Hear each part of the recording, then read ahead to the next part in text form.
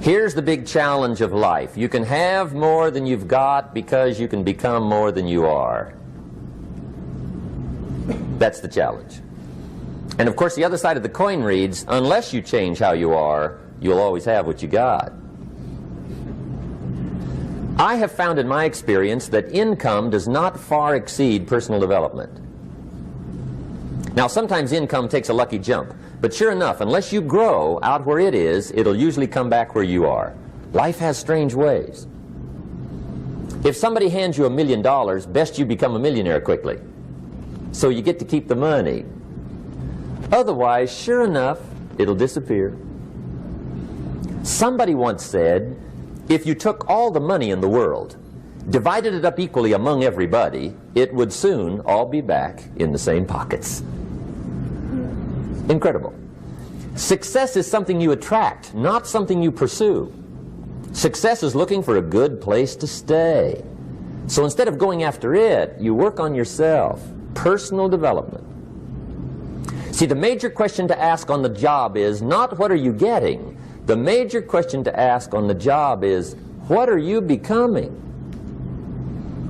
See, the big question is not what am I getting paid here. The big question is what am I becoming here? Because true happiness is not contained in what you get. Happiness is contained in what you become. So that's our major subject for tonight, personal development. Of all the assignments Mr. Schoaf gave me at age 25, this was probably the most difficult. In fact, I'm still working on this one. I think it's an unending challenge to see what you can become. The next subject is called Basic Laws. And it's good to study the basics. And I call these basics primarily because they come from the Bible. Now, I'm not a theologian or a minister, and that'll be apparent. But Mr. Schoaf taught me that the Bible was a good textbook for ideas and stories and success equations, how to live the better life. I found out that was true. He also taught me that the Bible is as practical as it is spiritual, and I found out that's true. If you look at your bank account and your income and you're not happy, there are several places in the Bible to check to see what the heck's wrong so you can make the changes. And we're going to cover some of those tonight, called basics. Okay. The next subject is my favorite, setting goals. Mr. Schoaf taught me how to set goals. What a favor that was. One morning at breakfast, shortly after I met him, he said, Jim, let me see your current list of goals, and let's go over them and talk about them. He said, maybe that's the best way I can help you get a better direction started. And I said, I don't have a list. He said, well, is it out in the car or home somewhere?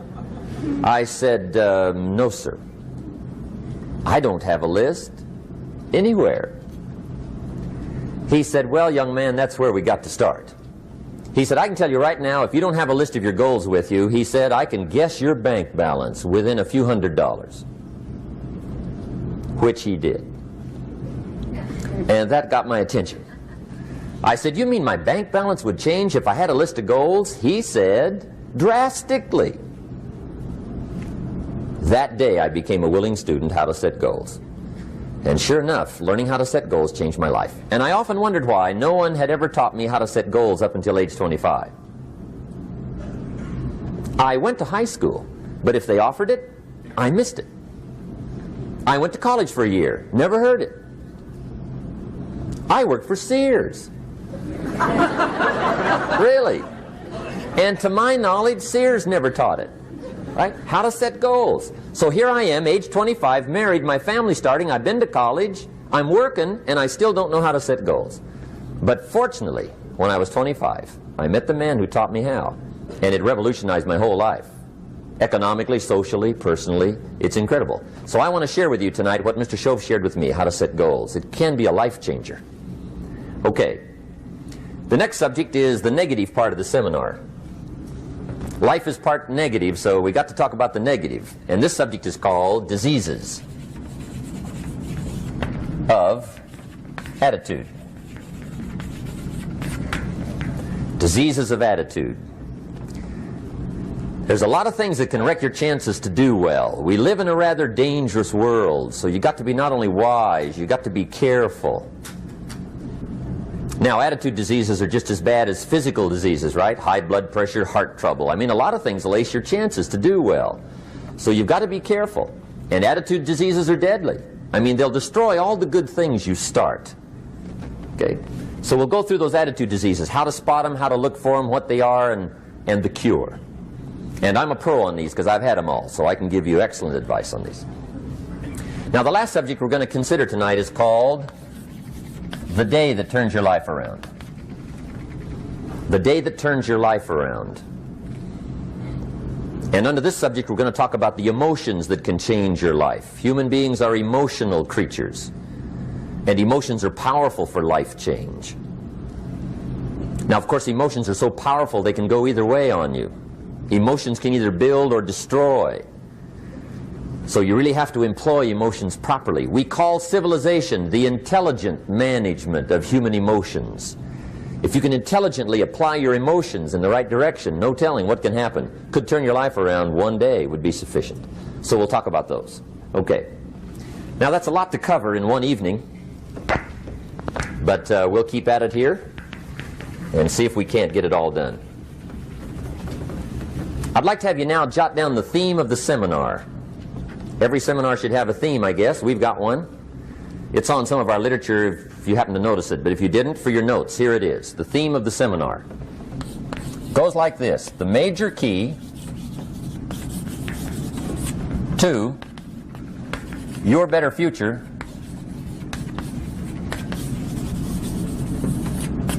is you. That's the theme of our seminar tonight. The major key to your better future is you. And I'd like to have you underline two words just to give it some added punch. Underline the word major and the word you, so that it reads, the major key to your better future is you. Now, my first suggestion is transfer this to a card or something where you can put it up, where you can see it every day.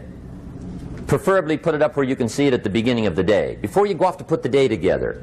This is a good phrase just to glance at, to keep in mind as you're putting the day together. It's called the silent seminar. If you'll just let this talk to you during the day, I found it to be tremendously helpful. The major key to your better future is you. For a big share of my life now, I didn't have this one quite figured out. Among a lot of things I didn't have quite figured out. Many things used to puzzle me back in those early days. I used to wonder why two people could work for the same company, one make twice as much money. Now, see, that used to puzzle me. And maybe they were the same age, graduated from the same school, live in the same community, work for the same company, with the same products and the same services. They've got the same traffic, the same problems, and one makes $1,000 a month, the other one makes $2,000 a month. Now that was my puzzling question. Why would this long list be the same and the money twice as much? I asked, what's the difference between $1,000 a month and $2,000 a month? And I don't mean $1,000 a month, right? I could figure that out. But what makes the difference? Why would one person do twice as well, 3 times as well? Speaking economically. Now, I know there's more than one way to do well. I understand that. But in this little narrow area called compensation, what's the difference?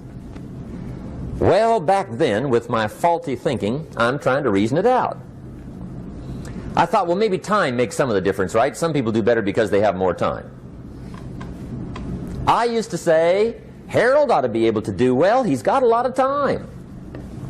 If I had all of Harold's time, I could do well. Now, that's got to be dumb, right? Number one, you can't get somebody else's time. A guy says to me one time, he says, you know, if I had some extra time, I could make some extra money. I said, then forget it. There isn't any extra time. Hey, when the clock strikes 12 midnight, that about wraps it up, right? I mean, you can look around the gongs there for a little more, but it's over. You say to the guy, what are you doing? He says, I'm looking for extra time. See, they'll come and take you away, right? There isn't any more time. Now, if you can't get more time, which you can't, what could you get more of that would make a difference in economic results? And here's the key word. Make it a part of your notes. We're going to consider it tonight. The word is value. And I have a little phrase for your notes. Value makes the difference in results. Value makes the difference. You can't get more time, but you can create more value. Now here's the first lesson of economics. Everybody should learn it from the time they're old enough to understand what a dollar means, how to earn one, how to get one, how to keep one, what to do with it. First lesson of economics. We primarily get paid for value. That's lesson one. Bringing value to the marketplace, that's how you get paid. You don't get paid for the time. I know it takes time to bring value to the marketplace, but you get paid for the value, not the time. Now, since that's true, here's one of the key questions of the evening. Is it possible to become twice as valuable at the marketplace and make twice as much money in the same time? Could you become 3 times as valuable? Make 3 times as much money in the same time? Is that possible? The answer is yes, if. And it's always if, right? Life is known as the big if. Harry Truman once said, life is iffy. How true.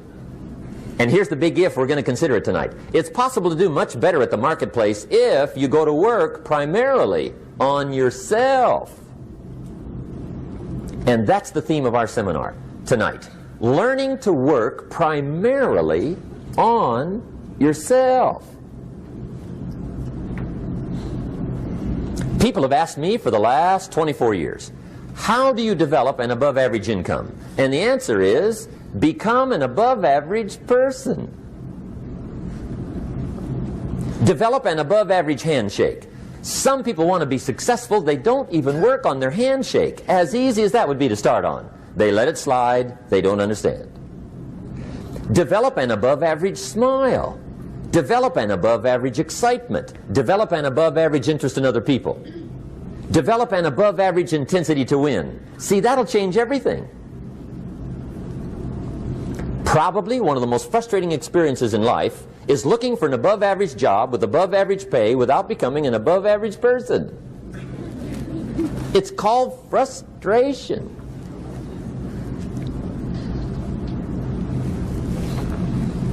And Mr. Schoaf gave me probably the greatest clue he gave me when I first met him. He said, Jim, if you want to be wealthy and happy the rest of your life, just learn this lesson well. He said, learn to work harder on yourself than you do on your job.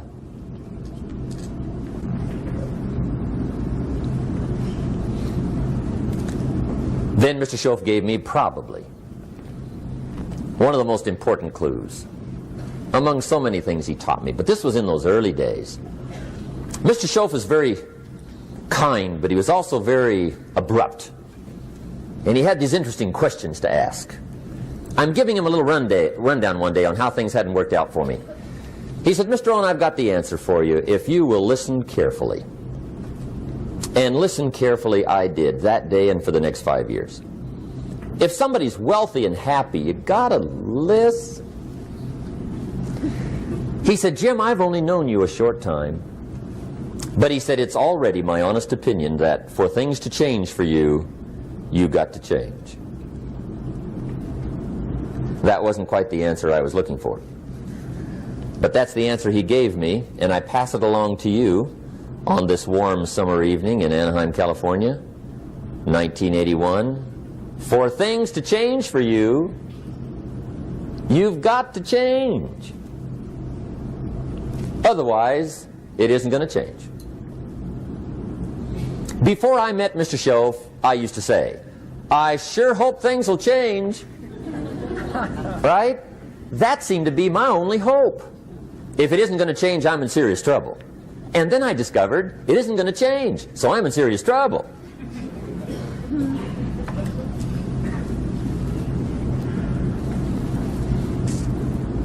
See, I can tell you what the 80s are going to be like. You have dropped into the right place. I did a seminar one time for Standard Oil executives and management in Honolulu. And we're having a conference one day on this big conference table. And one of them said to me, Mr. Rohn, you know some fairly important people halfway around the world. What do you think the 80s are going to be like? I said, gentlemen, I do know the right people. I can tell you. So they all listened very carefully. And I said, gentlemen, based on my wide experience, I can really honestly say to you, in my opinion, in the 80s, it's going to be about like it's always been. Aren't you glad you came? That's inside. I don't pass that around just everywhere. Now, of course, I said that to make a point, but I also said it because it's accurate. It's going to be about like it's always been. It isn't going to change. The tide comes in and then what? It goes out. For 6,500 years that we know of, recorded history, and probably long before that. So it is not going to change. It gets light and then what?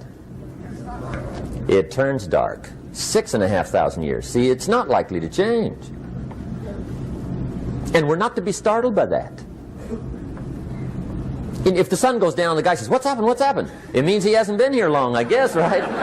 It always goes down about this time. The guy says, well, I don't like that arrangement. Well, you got to talk to somebody besides me, right? It gets light, then it turns dark. In rotation, the next season after fall is what? Winter. Pray tell, how often does winter follow fall? Every year regularly for the last 6,500 that we know of. See, it is not going to change. Now, some winters are long, and some are short, and some are hard, and some are easy, but they always come right after falls. It isn't going to change. Sometimes you can figure it out, sometimes there's no way to figure it out. Sometimes it goes well, sometimes it gets in a knot. Sometimes it sails along, sometimes it gets in reverse. See, that's not going to change. The last 6,000 years reads like this: opportunity mixed with difficulty. That's how it reads. It isn't going to change. The man says, well, if it isn't going to change, how will my life ever change? Answer, when you change. And whether I'm talking to high school kids or business executives, my message is always the same. And it goes like this: the only way it gets better for you is when you get better.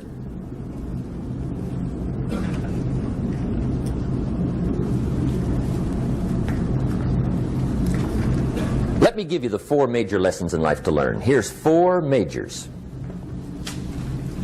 It's good to study the majors. In our weekend seminar we teach. Some people don't do well because they major in minor things. You've got to be on the lookout. At the end of every week, end of every month, you've got to check, make sure you're not spending major time on minor things. We go through that whole series. Majors and minors. Now, let me give you 2 phrases before we get to the 4 majors. This will set it up and you'll see where I'm going. 2 key phrases for your notes. Here's the first one. Life and business is like the changing seasons. That's the first phrase. Life and business is like the changing seasons. One of the best ways to describe life, it's like the seasons. Frank Sinatra sings, life is like the seasons. Now here's the second phrase. Very important. You cannot change the seasons, but you can change yourself. You can't change the seasons, but you can change yourself. And see, that's how life gets better for you, not by chance, but by change. Now, here's the 4 major lessons in life to learn. I've got my first book finished, came out a couple of weeks ago. This is in it, the 4 major lessons in life to learn. Here they are. Number 1, learn how to handle the winters. That's lesson 1. They come right after falls, with regularity. Some are long, and some are short, and some are hard, and some are easy, but they keep coming. You must learn to handle the nights. They come right after days. You must learn to handle difficulty. It comes right after opportunity. You must learn to handle recessions. They always follow progressions for the last 6,000. See, it isn't going to change. The lesson you must learn is how to handle it. And there's all kinds of winters, right? The winter when you can't figure it out. The winter when it all goes smash. The winter when it turns belly up. The winter when it won't work, when you've run out of money and you've got a broken heart. See, those are winter times. There's all kinds. Economic winters, social winters, personal winters. When your heart is smashed in 1,000 pieces and the nights are unusually long, your prayers seem to go no higher than your head. It's wintertime. Barbra Streisand sings, "It used to be so natural to talk about forever, but used to be's don't count anymore. They just lay on the floor till we sweep them away. You don't sing me love songs, and you don't say you need me, and you don't bring me flowers anymore." A song of winter. But see, the disappointments come. Those are normal. That's part of life. But the question is, how do you handle it? How do you handle the coming winters and the disappointments and the downtimes? Well, you can't get rid of January by tearing it off the calendar. But here's what you can do. You can get stronger, you can get wiser, and you can get better. The winters won't change, but you can. And that's how life changes for you. See, before I understood, when it was winter, I used to wish it was summer. I didn't understand. When it was hard, I used to wish it was easy. I didn't know. And then Mr. Schoaf gave me a part of his very unique philosophy when he said, "Don't wish it was easier, wish you were better." See, that triggered my whole life change. Don't wish for less problems. Wish for more skills. Don't wish for less challenge. Wish for more wisdom. That's the key. So that's lesson one. Learn how to handle the winters. Here's lesson two. Learn how to take advantage of the spring.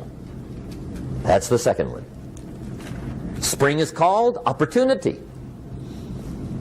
And spring follows winter. What a great place for it. If you were going to put it somewhere, that'd be the place to put it, right after winter.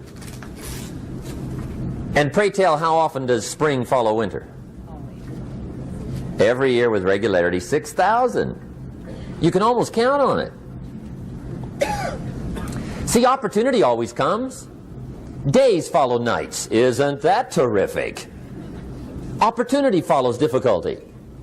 But here's what you must learn to do. Underline these two words in that key phrase. Take advantage. Underline those two.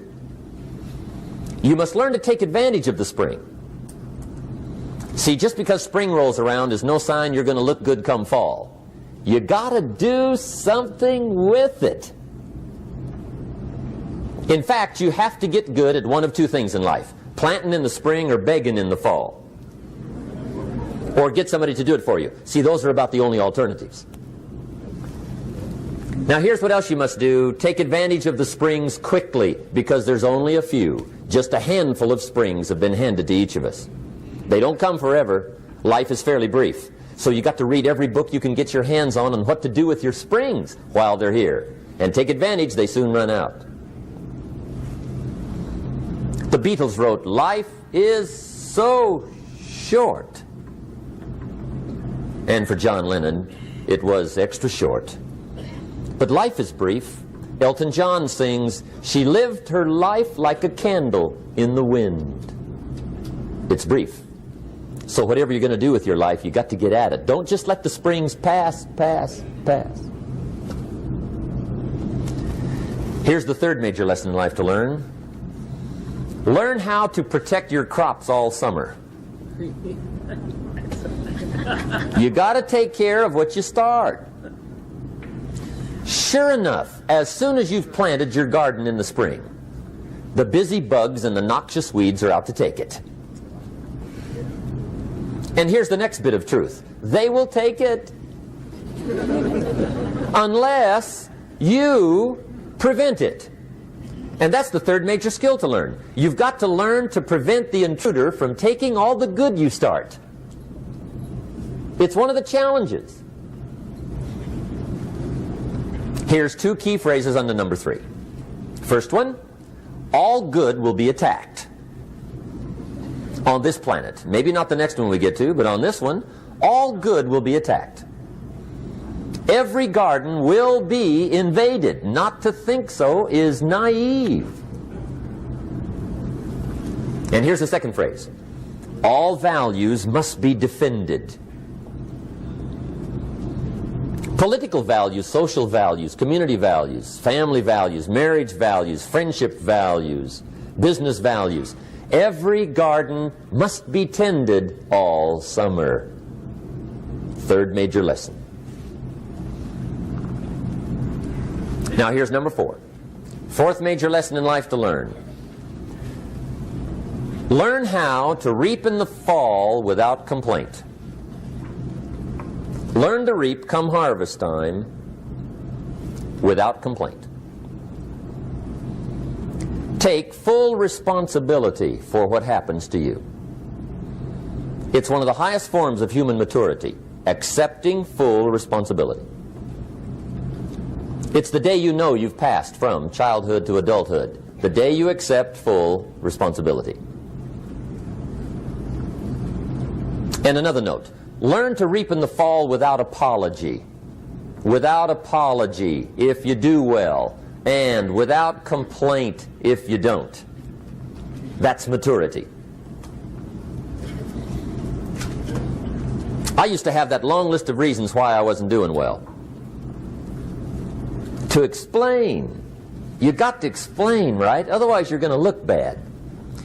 I used to have this funny list called Reasons for Not Looking Good.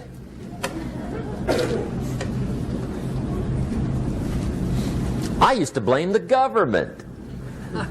I mean, you can believe that or not. It was at the top of my list. I had a lecture second to none. The government. That was on my list. I used to blame taxes. Look what you got left after they take everything. And they expect you to do well. That was on my list there. Prices, that one's easy, right? You walk into the supermarket with $20, come out with a little half bag. So I had that on my list. I used to blame the weather. I blamed the traffic. I used to blame my car. I blamed the manufacturers. I used to blame the company. I blamed company policy.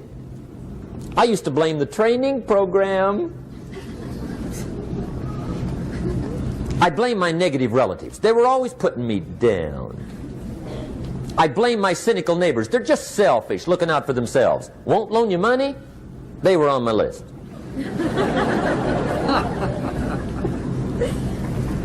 I used to blame the economy. I blamed the community. That's a pretty good list for not doing well, isn't it? I thought it was good. I'll never forget one day, Mr. Schoaf was very kind, but he was also very blunt, and this was no exception. And I'm glad he was blunt. There's a lot of things I'd have missed if he hadn't have been blunt. One day, with sort of a curious look on his face, he said, "Jim, just out of curiosity, tell me, how come you haven't done well up until now?" Excellent question. I thought, well, so I won't look too bad, I'll go through my list. And this list I just gave you, I put that on him. And he was very patient. He let me go through the whole thing, the government, the weather. I went through this whole thing. When I finished, he looked my list over very carefully. He said, "Mr. Rohn, big problem with your list. You ain't on it." How brilliant.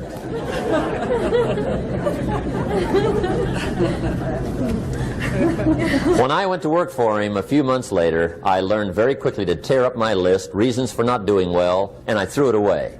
And I got me a fresh piece of paper. And I put one word on it. Me.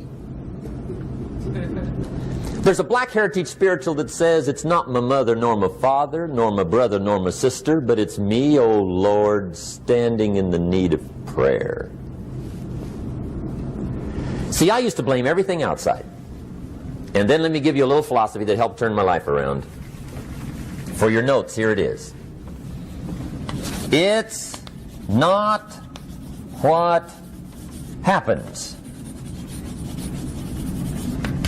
that determines the quality or the quantity of your life. It's not what happens.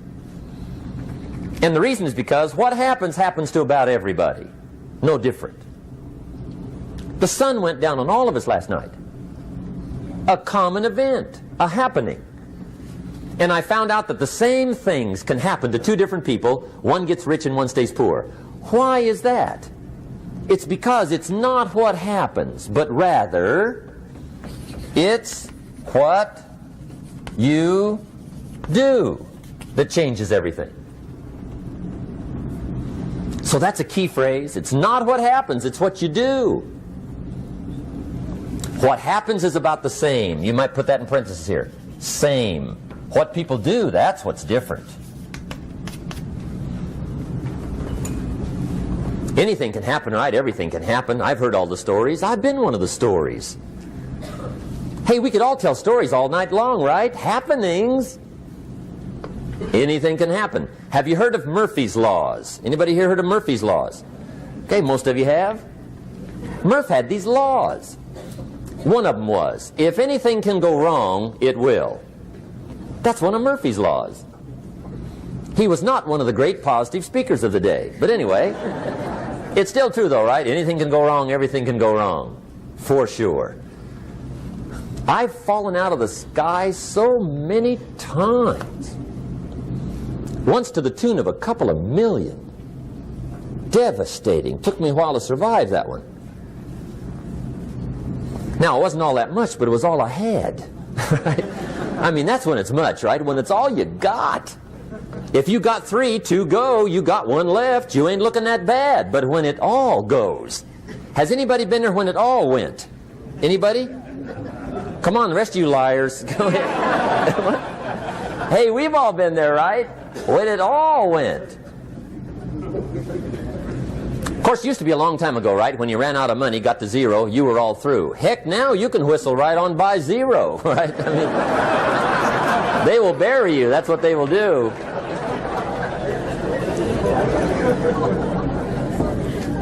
But see, those are the happenings, right? Everything can happen. Anything can happen. But it's not the happenings. It's what you do about it. Somebody says, yeah, but you don't understand the disappointments I've had. Come on. Everybody's had their share. Disappointments are not special gifts reserved for the poor. Everybody has them. The difference is what you do about them. It's not the weather. I used to blame the weather, and I discovered it rains on the rich. So see, that won't help. 2 men wake up one morning, there's a rainstorm on. One of them looks out his window, sees the rainstorm, and he says, wow, what a storm. With weather like this, they can't expect you to go out and make sales. He stays home. Same morning, the other guy looks out his window, sees the same storm, says, wow, what a storm. But he says, you know what, with weather like this, what a great day to go out and make sales. Most everybody will probably be home. Especially the salesman.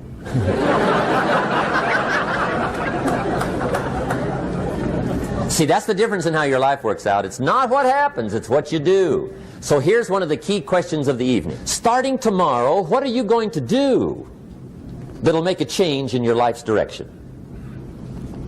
Good question. What are you going to do starting tomorrow that'll make a difference? Now see, if you don't do something starting tomorrow that'll make a difference, guess what? It's gonna be the same.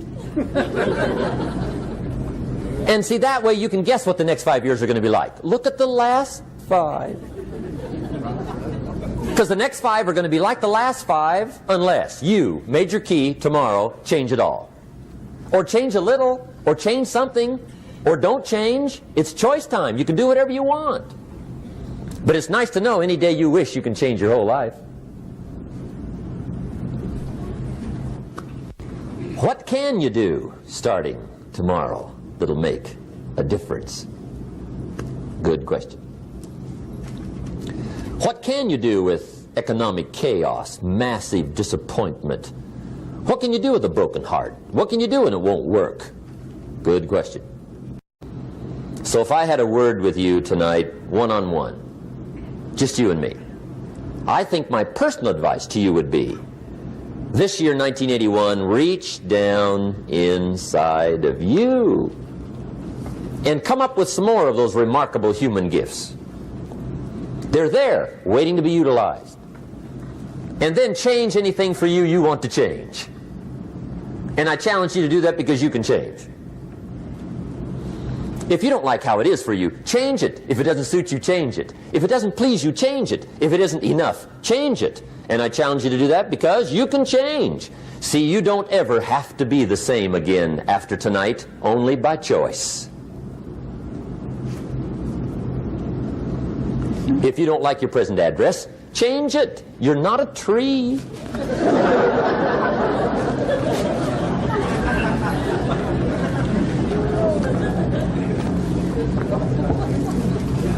Now, let me give you 3 steps to personal development. Let's get down to the nitty-gritty. What does it take to really make the changes starting tomorrow? It takes more than philosophical pronouncement. I know that. It also takes more than enthusiasm. I know we're hearing a lot about enthusiasm these days, but see, that just won't do the job. We're still hearing the old cliches of the 30s, right? To be enthusiastic, you must act enthusiastic. But see, that's not going to help.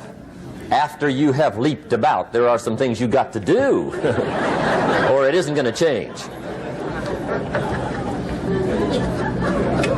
See, you can get all excited about lifting 200 pounds till you get to the gym.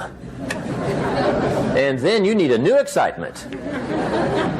And the new excitement is called discipline.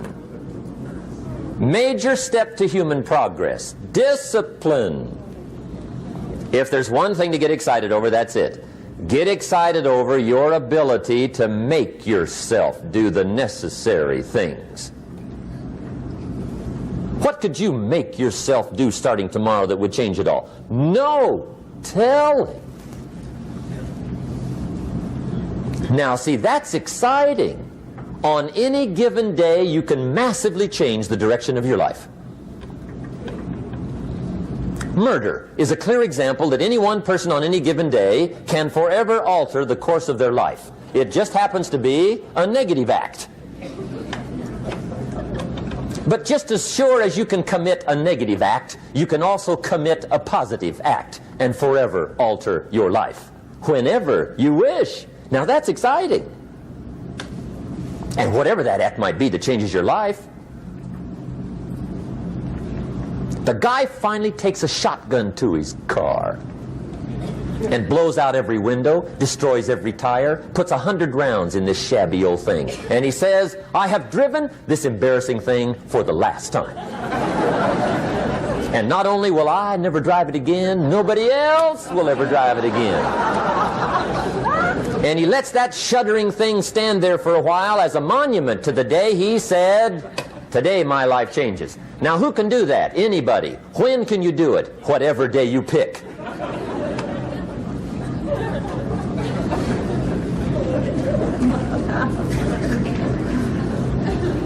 Now here's the key to discipline. Start with the little disciplines, get excited over the little disciplines, and get right on those, because those will lead to the big ones. You can't handle the big challenges in life unless you take on the little ones. Make a list of all the things you can do, get right on those, discipline yourself for those, both for the results and for the muscle and for the practice, so that when life hands you some big challenges, you'll be ready, you'll have the muscle. But see, if you don't handle the small ones, you can't take care of the big ones. Okay, here's what else it takes for life change. Self-motivation. Key phrase, self-motivation. I don't know why we call it self-motivation. It's really the only kind there is. You've got to motivate yourself. Because I found out you can't change people. They can change themselves, but you can't change them. Lord knows some I've tried. But see, it won't work. People have to change themselves. I learned some of those lessons early. I built a little sales organization way back in those early days. I'm 25. And I had some nice people. I said, I'm going to make these people successful if it kills me. I almost died, right? I mean, you can't do that.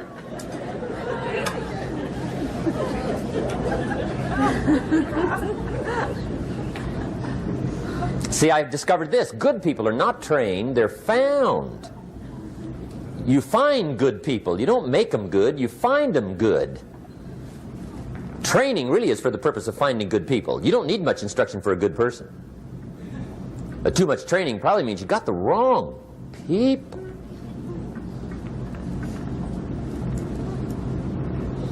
So you got to find the right people. That's the key to getting a good job done. One of the major things we learn in management, lesson 1, don't send your ducks to Eagle School.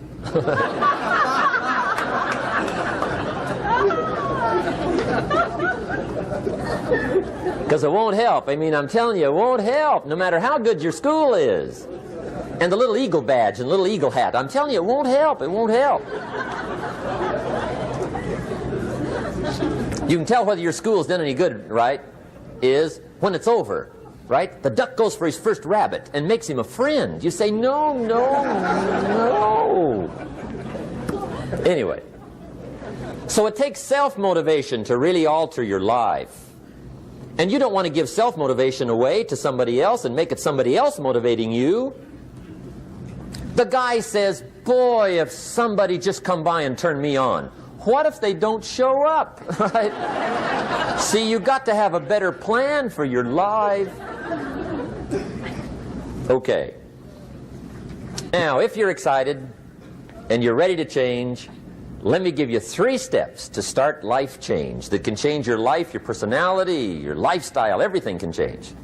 Here's the steps. Number 1, find out how things work. The first key to doing better is find out. To change your life, really, you need ideas. There isn't anything an idea can't change. And Schoff taught me the major problem is lack of an idea, not a problem.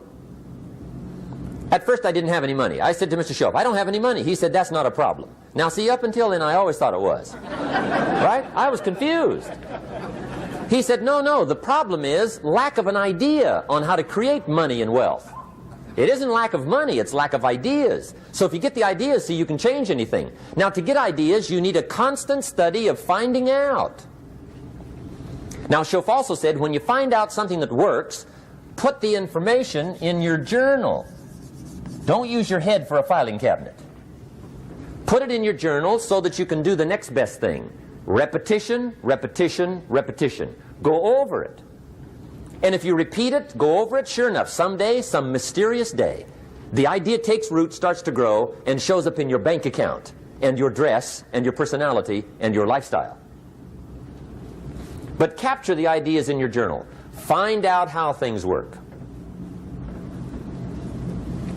Schoff gave me this word for my life change. He said, study. Great word. If you wish to be successful, study success. If you wish to be happy, study happiness. If you wish to be wealthy, study wealth. Don't leave it to chance. Make it a study. Some people just go through the day with their fingers crossed. See, that won't do it. You've got to study the things that can change your economic, social, spiritual, personal life. Now here's a qualifying phrase. And we'll have several of these qualifying phrases throughout the seminar. Here's the first one. You may not be able to do all you find out. I understand that. You may not be able to do all you find out, but you should find out all you can do. See, you don't want to wind up at the end of your life and discover that you've lived only 1/10 of it. And the other 9/10 went down the drain. Not for lack of opportunity, for lack of information. So that's number 1, find out how things work. Now here's the best human virtue for finding out, curiosity. Make a note of that. Curiosity. Be curious. You might add a word to it that'll help. Childish curiosity.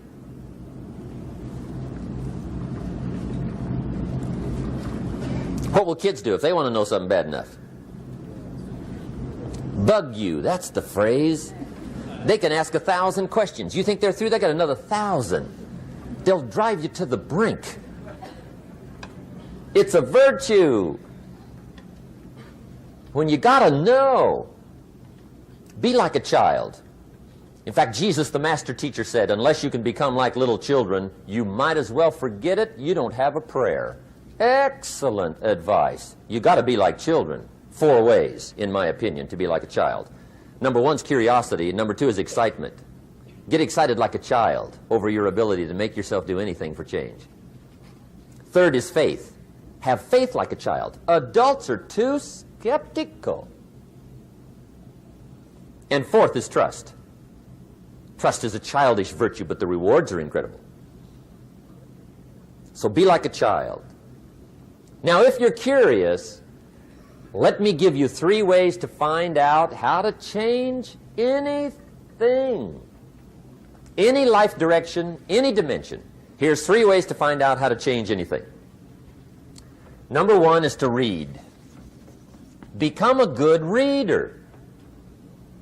All of the successful people I know and work with around the world, they're all good readers.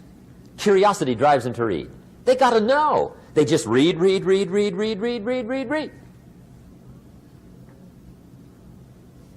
Become a good reader. Now, that's my opinion. Listen to the other lecturers and listen to me and make up your own mind. Don't be a follower. Be a student. Okay? I say, really, for life change, you got to read.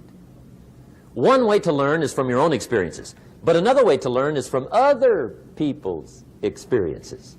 See, one book might save you 5 years if you read it. Did you know there's books on how to be stronger, more decisive? Be a speaker, be a leader, have a better effect on other people, develop your personality. Did you know there's books on that? And people don't read them? How would you explain that? And they can read.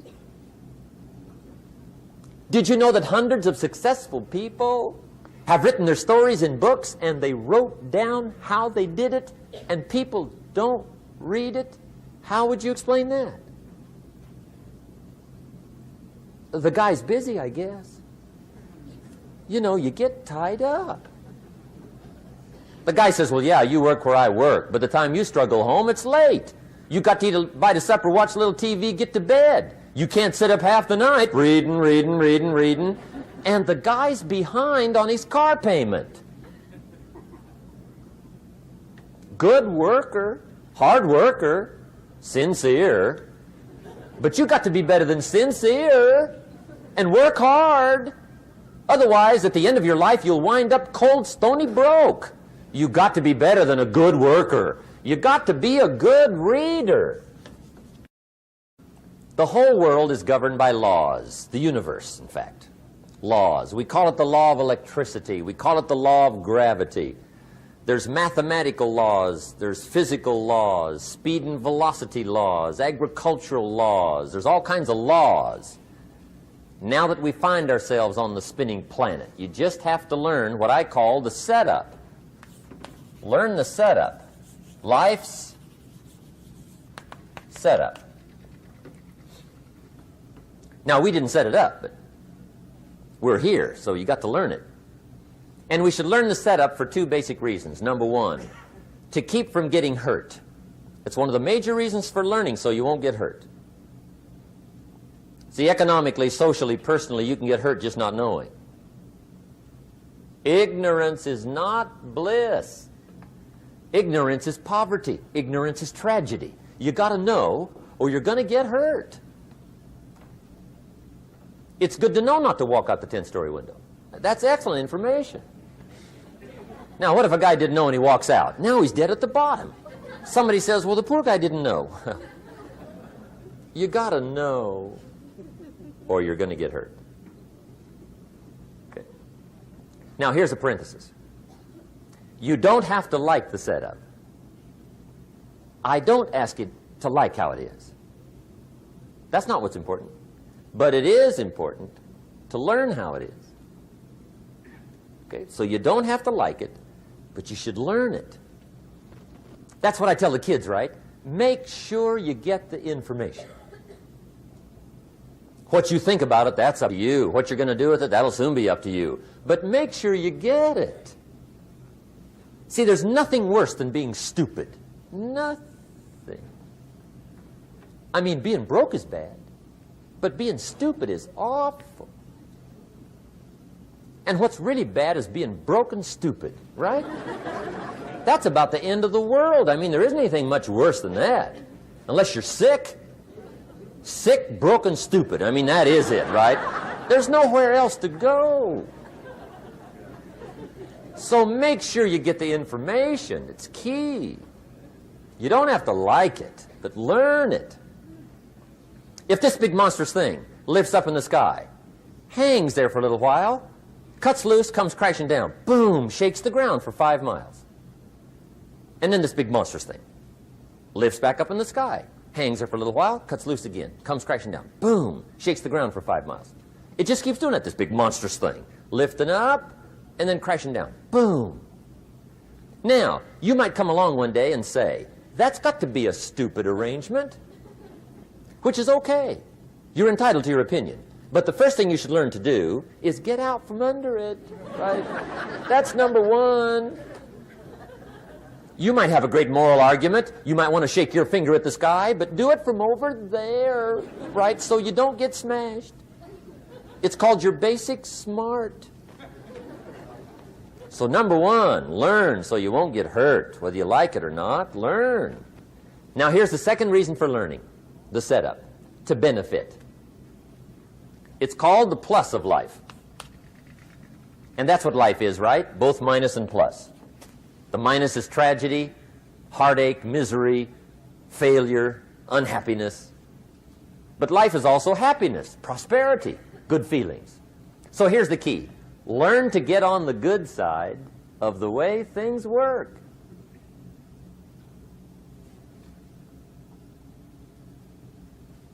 Now, here's 2 of the basic laws, and we'll take our break. Schoaf taught me these. They come from the Bible. Now, again, I'm an amateur, okay? When it comes to the Bible, I'm not a pro. So you'll sort of have to take my way of putting it. But here they are. The first one is the law of use. The law of use. And it goes something like this. Whatever you don't use, you lose. Lack of use causes loss.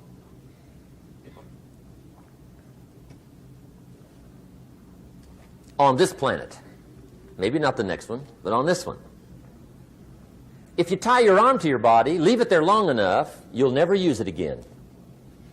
It's over for the arm. Now, it may not be over, but it's over for the arm. The only way to keep the use of this arm is what? Keep using it. If you quit, you lose automatically. They don't bring it up for a vote. You lose automatically when you quit. Now, the same thing that goes for your arm goes for your brain, mentality. The same thing goes for all the human virtues. Ambition, unused, declines. Strong feelings, unused, diminish. It doesn't grow, it diminishes. Faith, unused, decreases. It's a law. Vitality unused diminishes. Energy unused decreases. The guy says, well, I'm going to save up my energy. You can't do that. That's like trying to save today, put it on the end of the year. See, you can't do that. They'll come take you away. If you don't use today, what? It's lost. The guy says, well, I'll work twice as hard tomorrow to make up for it. See, that's foolish. You could have done that anyway. Today unused is lost. A talent unused is lost. An ability unused is lost. So here's one of the key expressions of the evening. Take a new inventory of yourself. Starting tomorrow, new project. Take a new inventory.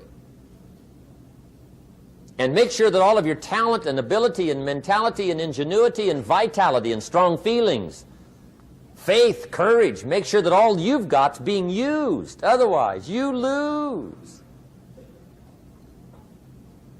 Now, one of the best illustrations of the law of use is a Bible story called the Parable of the Talents. The talent story. Interesting story if you haven't read it in a while. Just review it. It's a good story. An ancient story. It says there was a master with 3 servants. He got them together one day and he said to the 3, I've got these talents. And in those ancient days, a talent was a measure of gold. And he said to the 3 servants, take these talents and see what you can do with them while I'm gone. He said, I'm taking a journey and I'll be gone for a while. When I come back, we'll get together, go over the book, see how you did. He said, here's 5 of these talents for you. 5. Here's 2 of them for you. 2. And here's 1 for you. 1. The master said, take those talents, see what you can do with them. When I come back, we'll get together, we'll go over it all. The servant said, okay, master takes off. According to the ancient story, the master comes back from his trip. When he gets back, he gets the 3 servants together, and as he said he would, he asks, how did it go with those talents? You were 5. What happened? That servant said, well, I took the 5 talents you gave me, and I put them to work. A little shaky at first, but he said things finally got rolling. And he said, I poured it on. And he said, my talents grew to 7, 8, 9, 10. He said, I doubled my talents from 5 to 10. Books will show. Master said, one heck of a job. Or something like that. He said, I gave you 2 talents. What happened? That servant said, about the same thing happened to me. I put those 2 talents to work, poured it on. They grew to 3 and then to 4. He said, I doubled my talents from 2 to 4. Books will show. Master said, well done. He said, I gave you 1 talent. What happened? That servant said, well, I took the talents you gave me, and I carefully wrapped it, and I dug a hole and buried it. And camouflaged it, I suppose, right, so nobody would steal it. And he said, fortunately, nobody got it. And he said, I knew you were going to be here today, so I dug it up. Here it is, safely wrapped. I did not lose it while you were gone. According to the ancient story, the master said, take that talent away from him and give it to the man that's got 10. Now you might say, well, I don't like that arrangement. The poor guy's only got 1 talent. He's already got 10. It ought to be more even. Remember, I didn't ask you to like it. But this one I would ask you to learn, because it simply means whatever you do not employ, you forfeit. It's a law. So learn well the law of use. Now here's the second one, and we're going to take our break. Second law from the Bible. This one we've heard since we were small, I'm sure. It's called the law of sowing and reaping. In fact, we've probably heard it so often we could quote it. It says, whatever you sow, what? You shall reap. Fairly blunt, hopefully clear. Here's my first suggestion on the law of sowing and reaping. Don't try to beat it. You might as well try sitting on the sun in the morning. Keep it from coming up. You'll have better luck. Whatever you sow, you reap. Now, for a fair share of my life, I'm a bit mixed up on how all this applies. Among a lot of things I was mixed up on. I knew I wasn't reaping too good. That I understood. My problem was I was confused about what was causing it. Remember me with the funny list? I thought those are the reasons why it isn't working out well. And then Mr. Schoaf gave me the clue that helped me figure it all out. He said, Mr. Rohn, I have another answer for you. There's another way to quote this law that'll show you where the problem is so you can go to work on it right away. All you need to know is where the problem is. Then you can go to work on it. So he quoted me the law another way, and I found out what my problem was. Here's the way you quote the law. Whatever you reap is what you've sown. Now I knew what my problem was. Whatever you reap is what you've sown. If you don't like the crop, who do you look up? Answer, whoever planted it. And where do you find who planted your crop? Answer, in the mirror. What I finally learned to do come fall was to go to the mirror. That's where you go. And if necessary, you say, a few skinny carrots? I got to be unimpressed. Where were you last spring? Asleep. Didn't you read the books? Did you break your hoe? Let me give you 7 key points to the law of sowing and reaping. Let's tick right down through the list of 7, and it'll be break time. 7 points to sowing and reaping. Here's part of the philosophy that really helped me to make some changes in life direction. Number 1, the law of sowing and reaping is negative. That's number 1, which simply means if you sow bad, you reap bad. Now, this is kind of 3rd grade, but it doesn't hurt to go over the basics. If you plant thistle seeds, you don't get pumpkins. Honest, no use looking for pumpkins. John says, how come no pumpkins? Come on, John. The law's negative. That's how come. Now, here's number 2. The law's positive, which simply means if you sow good, you reap good. If you plant pumpkin seeds, you don't get thistles. Not from pumpkin seeds. Mother Nature won't pull tricks on you over in the corner snickering and pushing new thistles and you planting pumpkin seeds. She won't do that. You will get pumpkins from pumpkin seeds, and the reason is because the law is positive. Now, here's number 3. I got excited when I found out the full dimension of this. See, you do not reap what you sow, but rather you always reap much more than what you sow. So the 3rd key word is more. You don't get back what you put out. You get back much more than what you put out. And it works both positive and negative.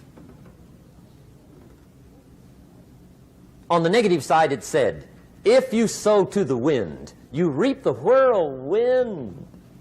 So you've got to get ready for that, or you will be naive.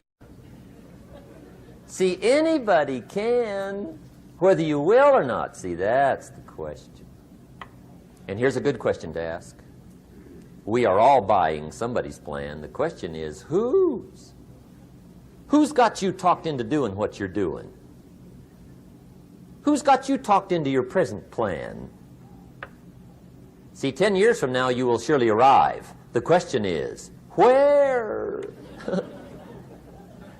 But see, anybody, if you want to, can go searching for a good plan, pick it, and start working it. And sure enough, as the time passes, as it surely will 5 years from now, 10 years from now, then you'll be winding up wearing what you want to wear, driving what you want to drive, living where you want to live, become what you want to become.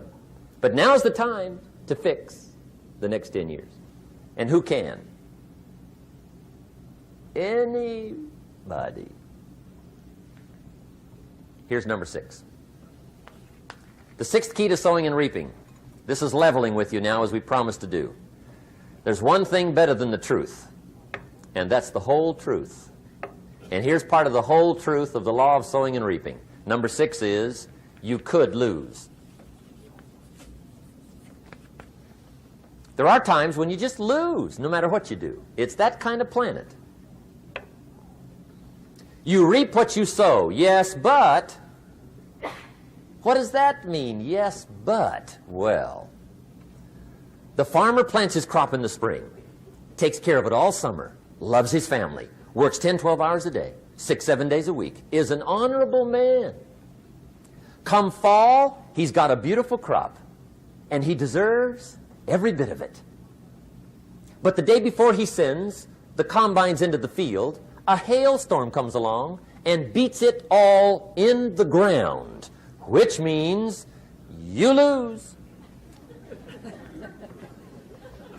Somebody says, well, what did he do wrong? Answer, nothing. It's just that kind of planet. Sometimes it's going to hail on your crop and rain on your parade, so you got to get ready for that or you will be naive. That's just part of the life arrangement. And don't press me why. I was not in on some of the original decisions here, so I don't know how it got set up. But there's just times, sometimes you lose. That's part of life. But now here's number 7. The 7th key to sowing and reaping. And it goes like this. It's just another way to quote the same law. And it goes like this. If you don't sow, that's just another way to quote the law.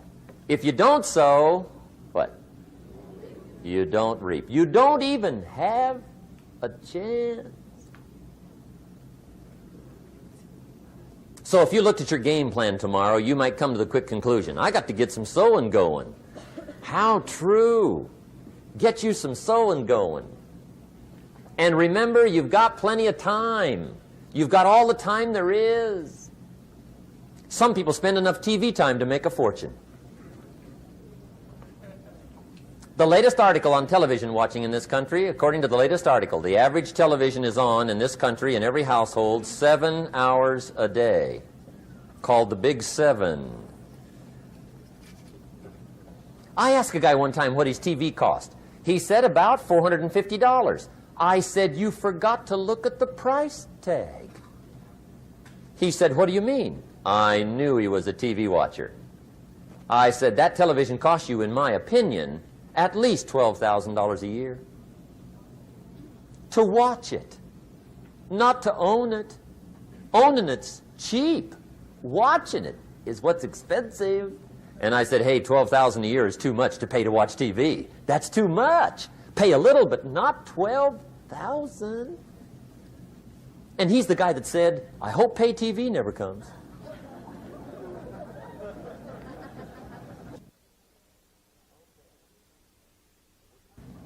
Okay. We're trying to cover an awful lot tonight. I realize that. But my time schedule is such that we just have to sort of give it all to you and let you sort the rest out. I wish we had plenty of time for questions and answers and that whole thing, but our time is just limited. But we are trying to go through an awful lot. I realize that. But looks like everybody's getting it. This is about the note-takingest crowd I've seen in a long time. Incredible. Does anybody have 5 pages yet? Anybody? Oh, fantastic. Incredible. Okay. Maybe you heard the story about the preacher down in Texas, southern part of the country. He was an evangelist back in the horse and buggy days. And he was very good at being an evangelist, and a lot of people used to come and hear him preach. And one day he put up his tent in one of these Texas towns and expected a big crowd as usual, come and hear him preach. And he got there, first night of the tent revival, walked in.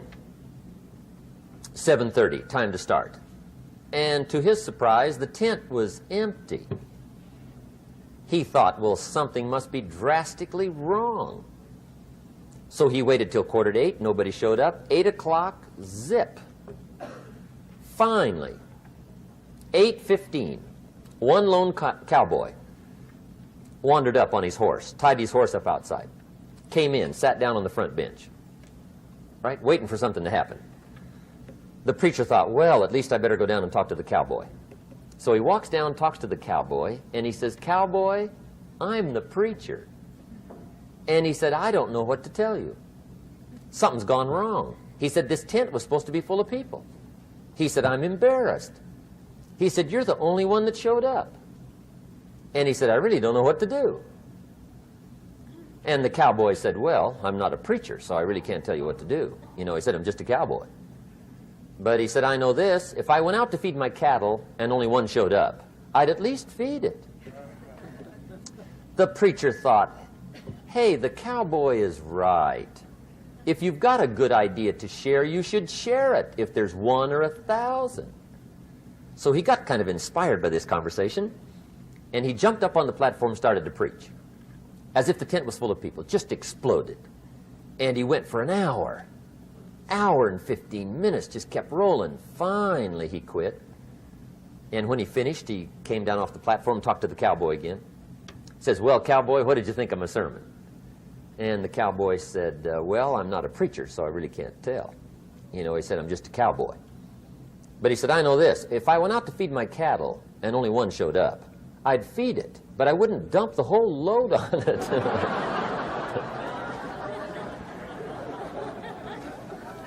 So anyway, if it seems like we're dumping the whole load tonight, I guess we are. But gosh, everybody's doing well. I'm having a good time. I appreciate the response here tonight. Okay, the next subject is setting goals. Let me show you what turned my life every way but loose. Mr. Schoaf dropped this idea on me, changed me completely. Setting goals. Here's what can easily happen if you don't set goals. It's easy to let life deteriorate into making a living instead of designing a life. And we all have a choice. Make a living or design a life. It's easy to get trapped by economic necessity and settle for existence rather than substance. That's easy. But the best advice I can give you on how to break out of that trap is to learn how to set goals. Mr. Schoaf put it to me this way. He said, Jim, if you had enough reasons, you could do the most incredible things. I never forgot how he put that. If you have enough reasons. See, reasons will change your whole life. Mr. Schoaf said to me, he said, Mr. Rohn, I think you've got plenty of intelligence, you've got plenty of talent, you've got plenty of ability. Probably what you lack is plenty of reasons. He said, I don't think your current bank balance is a true indication of your level of intelligence. I was happy to hear that. He said, I think you're much smarter than your present bank balance indicates. And that turned out to be true. I was much smarter. But of course my first question was, well then why isn't it bigger? And he said, you don't have enough reasons. You've got enough intelligence, but not enough reasons. So see, reasons can change your life. Here's what else I found out. Reasons come first, answers come second. You don't get the answers to do well till you get the reasons. Life has a mysterious way of hanging on to all the answers and only gives them up to the people that are inspired by reasons. So reasons make the difference in how your life works out. Now, what are some of the reasons for doing well? Let's go through a quick list called Reasons for Doing Well. First is personal reasons. Some people do well for recognition. Some people do well for respect. Some people do well for the way it makes them feel. They love the feeling of being a winner. Those are good reasons. I have some millionaire friends that keep working 10, 12 hours a day, making more millions. And it's not because they need the money. It's because they need the joy and the satisfaction and the pleasure that comes from being a constant winner. And see, it's not just the money anyway. It's the journey, not the money. Once in a while somebody says to me, boy, if I had $1 million, I'd never work another day in my life. That's probably why the good Lord sees to it they don't get their million, right? They'd quit. They'd quit. Okay. Next is family reasons. Some people do extremely well for other people, and that's powerful. Human beings can greatly affect each other. Sometimes we will do things for somebody else we will not do for ourselves. We're made that way. I met a man one time who said, Mr. Rohn, to do all the things I want to do with my family around the world, he said, I got to have at least $250,000 a year. I thought, incredible. Could a guy's family affect him that much? And the answer is, of course. How fortunate are the people that find themselves greatly affected by somebody for personal achievement. And we are affected. The writer of a recent song said, "If not for you, the winter would hold no spring, couldn't hear a robin sing. I just wouldn't have a clue if not for you." So we can be affected. That might be one of the most stimulating reasons to do well, finding somebody. When Andrew Carnegie died, the wee little Scotsman that built the big steel industry, when he died, they opened up his desk, and in one of the desk drawers, they found a slip of paper. On that piece of paper, Mr. Carnegie had written his goal for his life, and he wrote it when he was in his 20s. And on that piece of paper, it said, "I'm going to spend the first half of my life accumulating money. I'm going to spend the last half of my life giving it all away." What a goal. He got so inspired by that goal that the first half of his life, he accumulated $450 million. And the last half of his life, he gave it all away. Good question tonight. What's got you turned on? What's got you bombed out of sight to get up early and stay up late and hit it all day? Next question. What's got you turned off? When I found the answers to those two questions, my life exploded into change. I finally found out what had me turned off, and I got that cured. And then I got me a long enough list of reasons to turn me on. And once the lights went on for me, age 25, they've never gone out. I've fallen out of the sky a few times, but I've never lost that drive to make something unique out of my life. See, reasons altered my whole life. Now, there's another list of reasons called nitty-gritty. Hard little reasons. Sometimes those little reasons are the most powerful reasons that can change your life. Sometimes it doesn't take much. I now carry several $100s in my money clip. It's only a few $100s, but it was one of those reasons turned my life around. Just before I met Mr. Schoaf, I heard a knock at the door. I go to the door, and there's a little girl standing there about this tall selling Girl Scout cookies.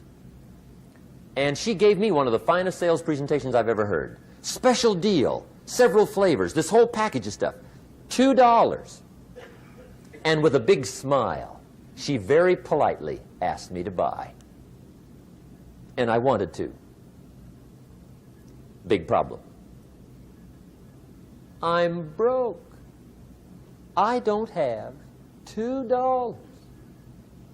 And to this day, I can remember the pain and the embarrassment.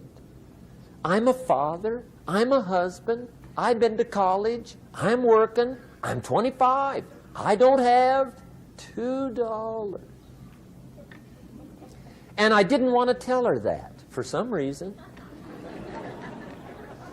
So I did what I thought was next best. I lied to her. I said, "Hey, look, I've already bought lots of Girl Scout cookies. I've still got plenty stacked in the house," which was not true. But it seemed to get me off the hook for the moment. She said, "Well, gosh, that's wonderful. Thank you very much." And she went away. When she left, I closed the door, and that was the day I said to myself, I don't want to live like this anymore. I've had it with lying, and I've had it with being broke. I'm never going to let this happen to me ever again. I promised that day I would work as hard as possible and would always carry plenty. It took me a little while, but now I do. It was one of those reasons. And I guess I carry plenty for two reasons. One is the way it makes me feel, but also in case I bump into another Girl Scout selling cookies. Right? I'm ready.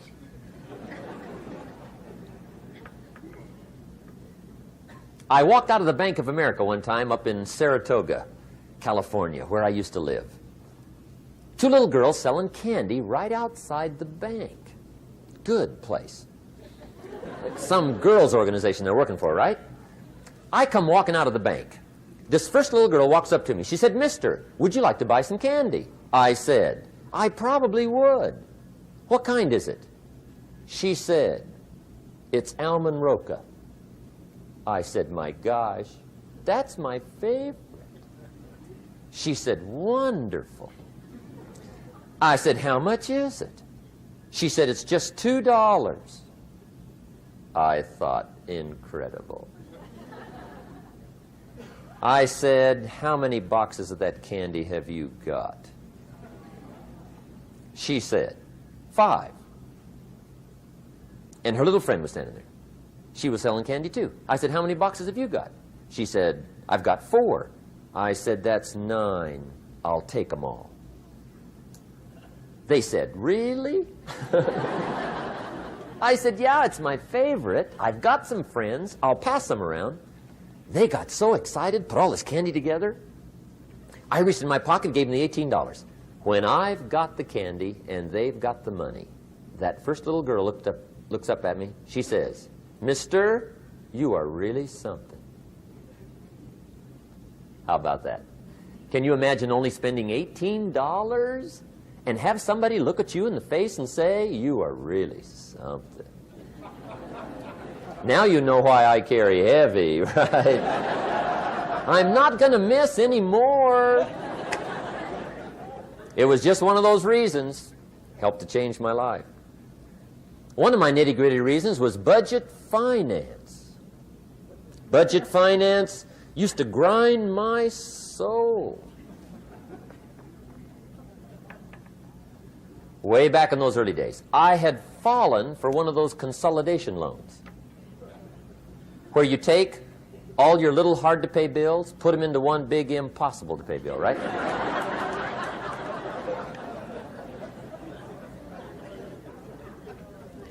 I would get 4 or 5 payments behind. This one guy used to call me day and night. I don't think they're allowed to do that anymore. Harassed me. Threatened to run me in front of the judge. Threatened to ruin my credit. Threatened to embarrass my family. One day he said, "We're going to come get your car, drag it rear end up down the street in front of your neighbors." The guy even called me a flake. And back in those days, I'm broke, I'm pitiful, there's nothing I can do about it. But I never forgot how the guy treated me. And when I met Mr. Schoaf and I got my life straightened out and the money started to flow, that was one of my first projects, budget finance. I poured it on day and night. I finally put all the money together I owed him, which was considerable. I picked a day for the payoff. And when the payoff day came, I put the money in small bills in a big briefcase. And I walked into the budget finance office on Wilshire Boulevard in Los Angeles. The guy who harassed me so often, his desk was about 3 back. I walked right up to his desk, startled him. He wondered what I was doing there. It was the first time I'd been there since I'd borrowed the money, right?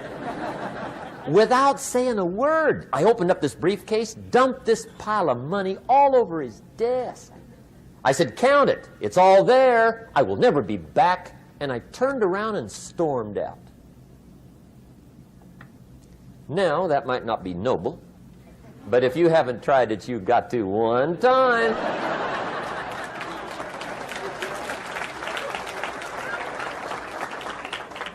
It can be the day that turns your life around. All you need is a reason that turns you on. One of my dear friends, Robert Depew, Bobby used to be a school teacher in Lindsay, olive capital of the world. Bobby taught school several years, got a little weary teaching school. One day decided he wanted to get into sales. So without telling anybody, he just up and quit his job teaching school and jumped into sales. When he did, His brother made fun of him, laughed at him, put him down, said Robert's lost his mind. Had a good job teaching school. Now he thinks he's a salesman. He's going to go down the drain, lose everything. Just put him down something fierce. Bobby said, the way my brother acted when I got into sales, he said, that made me so mad. I decided to get rich. And my question for you tonight is it possible to get that mad? Of course. Wealth is not a matter of intelligence. It's a matter of inspiration. Today, Robert happens to be one of my millionaire friends. Bobby's rich.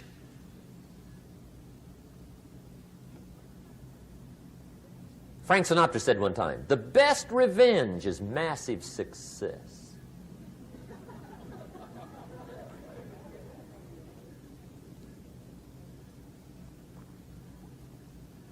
Hey, get you a long enough list of reasons so that after tonight you never lack for inspiration. You might not have all the answers right away, but you can get the answers if you can get the reasons. Now, let me give you a little simple formula for goal setting. Okay? We take 2.5 hours on the weekend for the whole 10-year plan. We don't have time for that tonight. But let me get you started with a little simple formula Mr. Schoaf gave me. And maybe this will be helpful. First of all, I've divided goals into 2 parts. First is long range.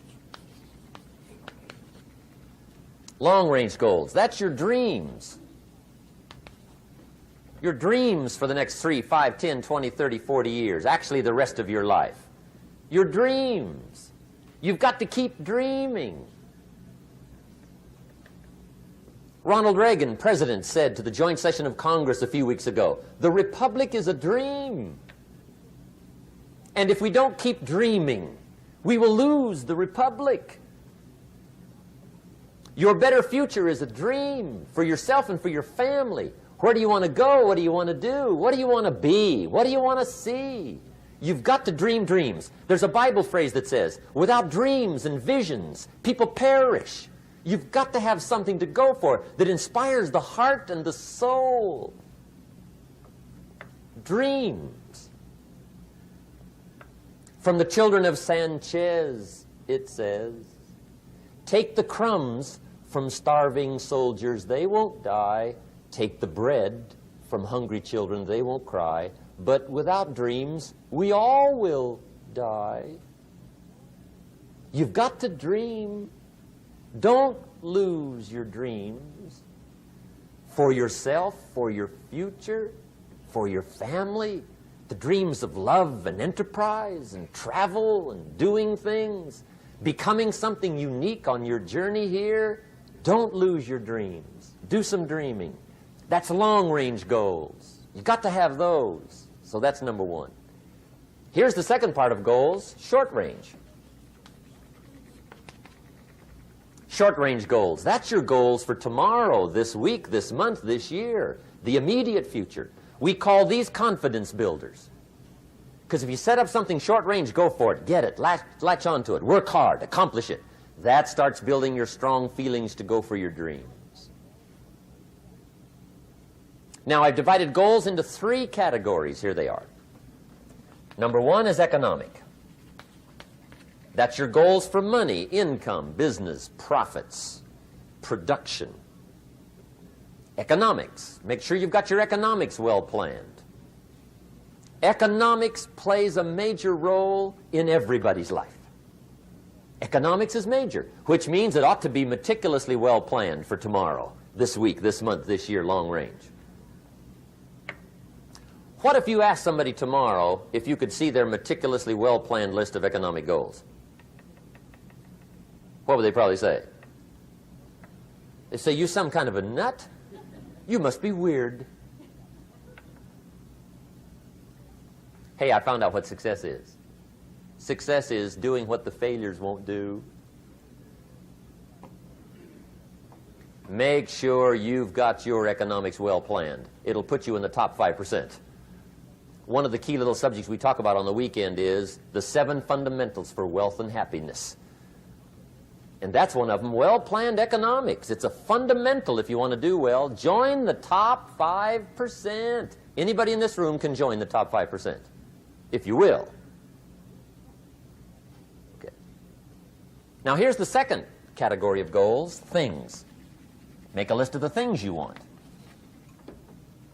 And on my list of things, now I put everything. Little things as well as major things. Doesn't matter how small it is, it goes on my list. I used to just put major things, cars, homes. I don't do that anymore. I now load my list with everything. Everything. And the reason is, part of the fun of having a list is checking it off. That's it. Boy, at the end of the day, if you can go, got it, got it, got it, got it, got it, got it, whatever it is, right? You get into the habit. So load up your list, the things you want. Now, when you check off something major, celebrate. That's an important point to make. Celebrate your achievements. Live it up. Have a party when you reach something you've worked for a while. See, we all grow from 2 experiences. One is called the pain of losing. The other one is called the joy of winning. We need both of them. Amplify them as much as you can, which also means make losing painful. If you set up something, fooled around, didn't get it, put it on yourself. On the other side, if you did get it, congratulate yourself. Self-congratulations is a sign of maturity. Seeking congratulations is a sign of immaturity. But hey, winning and losing, see, that's what it's all about. That's the name of the game. Now, some people lead such mediocre lives, at the end of the day, they don't know whether they're winning or losing. They got no clue. Guy's just going through the day with his fingers crossed. There's a better way. Okay, here's the third category of goals, personal development. Put those goals together. Personal development goals. That's your goals to be stronger, more decisive, be a speaker, be a leader, learn a language, all kinds of skills.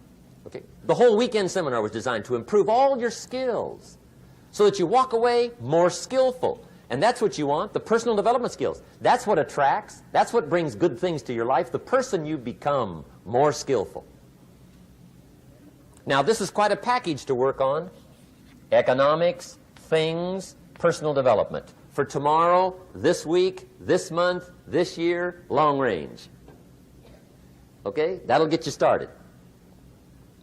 Now, here's the simple formula for setting goals. It goes like this. A, work on your goals. That's step 1. Work on them. And I put the word work there deliberately. Setting goals is plain hard work. I don't want to kid you. We haven't come here tonight to kid each other. It's work. I know it's work. That's why a lot of people just let it slide. It's work. Many people work hard on their job, but they don't work hard on their future. They just let that slide. And the work involved is making plans. I know most people don't. I understand that, but don't let that be you. Guy says, well, yeah, you work where I work, but the time you struggle home, it's late. You've got to eat a bite of supper, watch a little TV, get to bed. You can't sit up half the night. Plan, plan, plan. And the guy's behind. Good worker, hard worker, sincere. But you've got to be better than sincere, working hard. You've got to be better than a good worker. You've got to be a good planner. Somebody once wisely said, the people who fail to plan are planning to fail. Well said. So work on your goals. Here's step 2. Write your goals down. That's so important. I teach my staff around the world, put your goals in your journal. Because one of the major people you want to study is yourself. Say, here's the list of goals I put together 3 weeks ago. Here's the list of goals I put together 2 years ago. Here's some of the changes I made, rearrangement of my priorities. I scratched these off. I put these on. I've gotten these. Study your accomplishments. Study what your desires are. Put them on paper. Write them down. Here's another reason for writing your goals down. It shows you're serious about doing better. And to do better, you got to get serious. You don't have to be grim, but you must be serious. Everybody hopes things will get better. Everybody hopes. Poor people hope. That ought to tell you something. It means the future does not get better by hope. It gets better by plan. I used to have the affliction called passive hope. It's an affliction. It's bad. Probably what's even worse than that is happy hope. Now that is really bad. That's bad. Happy hope. The guy's 50 and he's broke and he's still smiling. See, that's not good. So get serious about your goals. Put them on paper. Write them down. There's all kinds. His goals, her goals, their goals. Business goals, financial independence goals, family goals. I mean, there's so many things to work on this that if you don't get busy and work on it, sure enough, the time will pass. And sure enough, 5 years from now, you'll wind up where you don't want to be, wearing what you don't want to wear, driving what you don't want to drive, being what you don't want to be. Now's the time to fix it. Now, here's the third step to your goals. Check the size of your goals and the kinds of goals. How big they are, what kind they are, affects you. And here's one of the important phrases of the evening. Your goals are affecting you, whatever they are. Your goals affect your handshake. Your goals affect your attitude, personality. Your goals affect the way you walk, the way you talk, the way you dress. All day long, we're being affected by our goals. Now, some people have goals, but they have such lousy goals. The effect is bad. I asked a guy one time, what are your goals for this month? The guy said, look, if I could just scrape up enough money to pay these lousy bills. That was his goal. I'm not saying it isn't a goal. It's a goal, but it's such a lousy goal, the effect is bad. You don't jump out of bed on Monday morning and say, oh boy, another chance to go out and scrape up the money to pay my lousy bills. See, you don't do that. Usually you say, oh, not another Monday.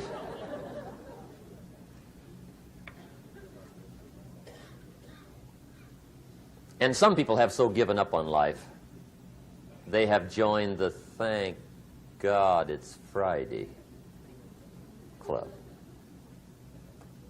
How sad.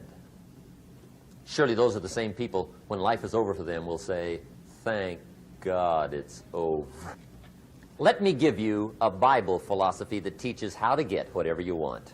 That's the title of the next set of notes. How to get whatever you want. From the Bible. Now again, I'm an amateur when it comes to the Bible. I'm not a pro. But this I can quote, and I think that'll be sufficient. How to get whatever you want. Here's what it says if you're ready. It says, ask,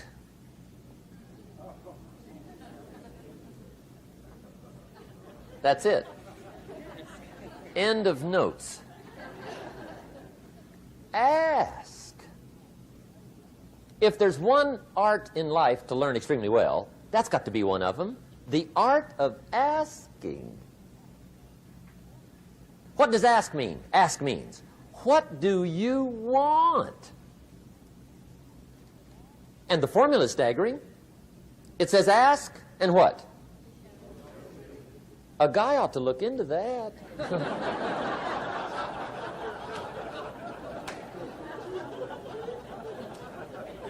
He says, yeah, but you work where I work by the time you struggle home. It's late. You've got to eat a bite of supper, watch a little TV, get to bed. You can't sit up half the night, ask. And the guys be... See, you've got to be better than a good worker. You've got to be a good asker. Now, let me give you 3 key points on asking and receiving. This can do it. Number 1, asking is the beginning of receiving. Asking starts a unique process, mental and emotional. I don't even know how it works. All I know is it works. It's like pushing a button and all this machinery starts working. I don't know how. It just works. There's a lot of things you don't need to know how. Just work them. Some people are always studying the roots. Others are picking the fruit. I mean, it depends on what end of it you want in on. Asking is the beginning of receiving, so start the process. Here's number 2. Receiving is not the problem. Receiving is automatic. Now, if that's true, receiving is not the problem, what's the problem? Failure to ask might be one of your major problems. I don't know. Check it out. The guy says, oh, now I see it. I got up last year and hit it every day, but there's not a scrap of paper with my goals on it. Good worker, poor asker. So you've got to change that. Here's number 3. Receiving is like the ocean. There's plenty, especially in California. It's like an ocean here.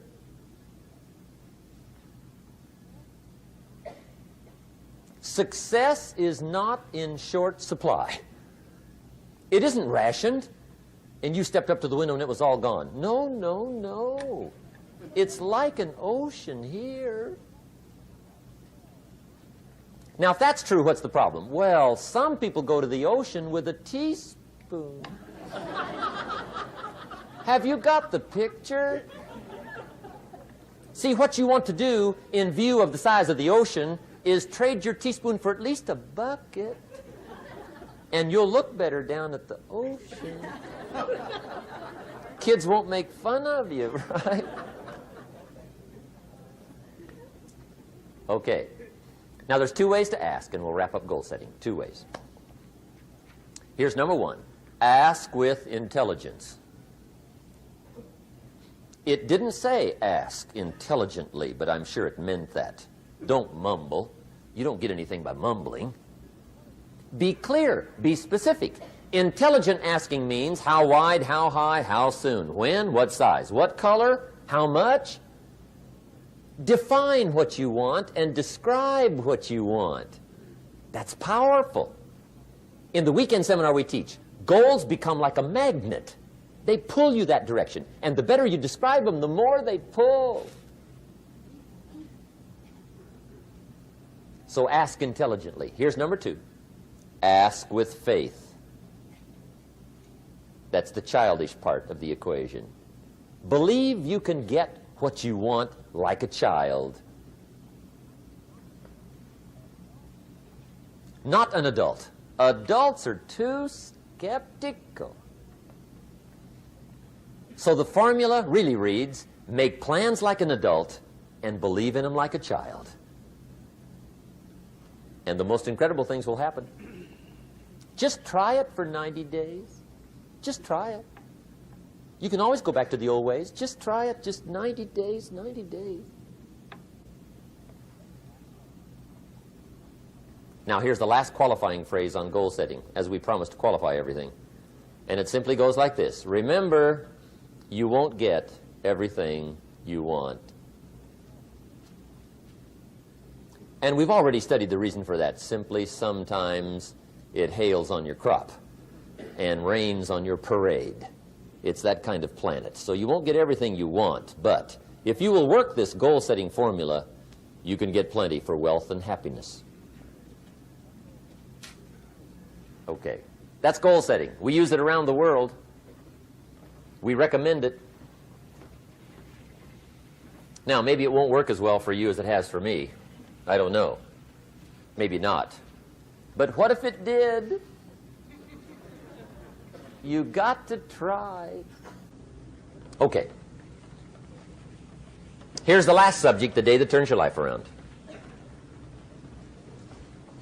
Let me just quickly give you a list of 4 emotions that can change your life in one day. Emotions are powerful.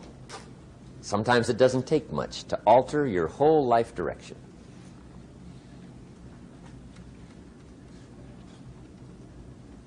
Okay, here they are. Number 1, disgust. Powerful emotion. Disgust says, I have had it. See, that could be the day. The day you can say, I've had it. And whether you've had it with something small or something major, the day you can say, I've had it, may not be the day it ends, but the day it begins. That's what I said when that little Girl Scout left my door when I'm 25. I give her the big lie, she leaves, I say, I don't want to live like this anymore. I've had it with lying and being broke. Powerful day. The man's finally had it with mediocrity. He's had it with being a loser.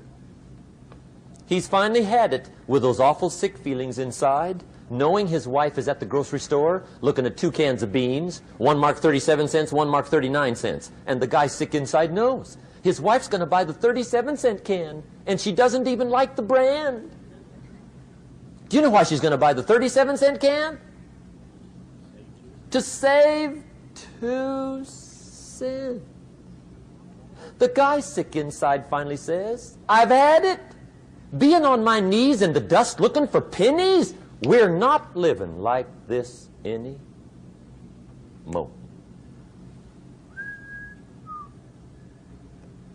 Could be the day that turns your life around. The day you can say, I've had it.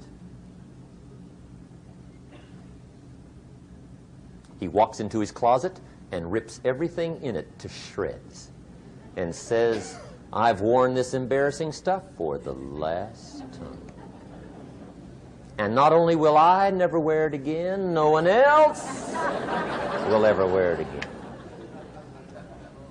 Commit an act that says, I've had it. Powerful. Here's the next one, decision. And decision-making is powerful. And it's emotional. That's those knots in the pit of your stomach, right? Waking up in the middle of the night in a cold sweat, trying to decide. We sometimes call it inner civil war. What shall I do? Well, for progress, you must decide. The best advice I can give you came from a wealthy friend of mine who said, if it's easy, do it easy. If it's hard, do it hard. Just get it done.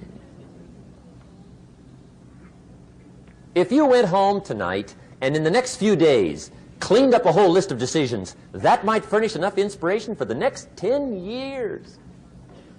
I found this out many times after you've decided. Getting on with it is easier than deciding. Sometimes decision is the toughest part.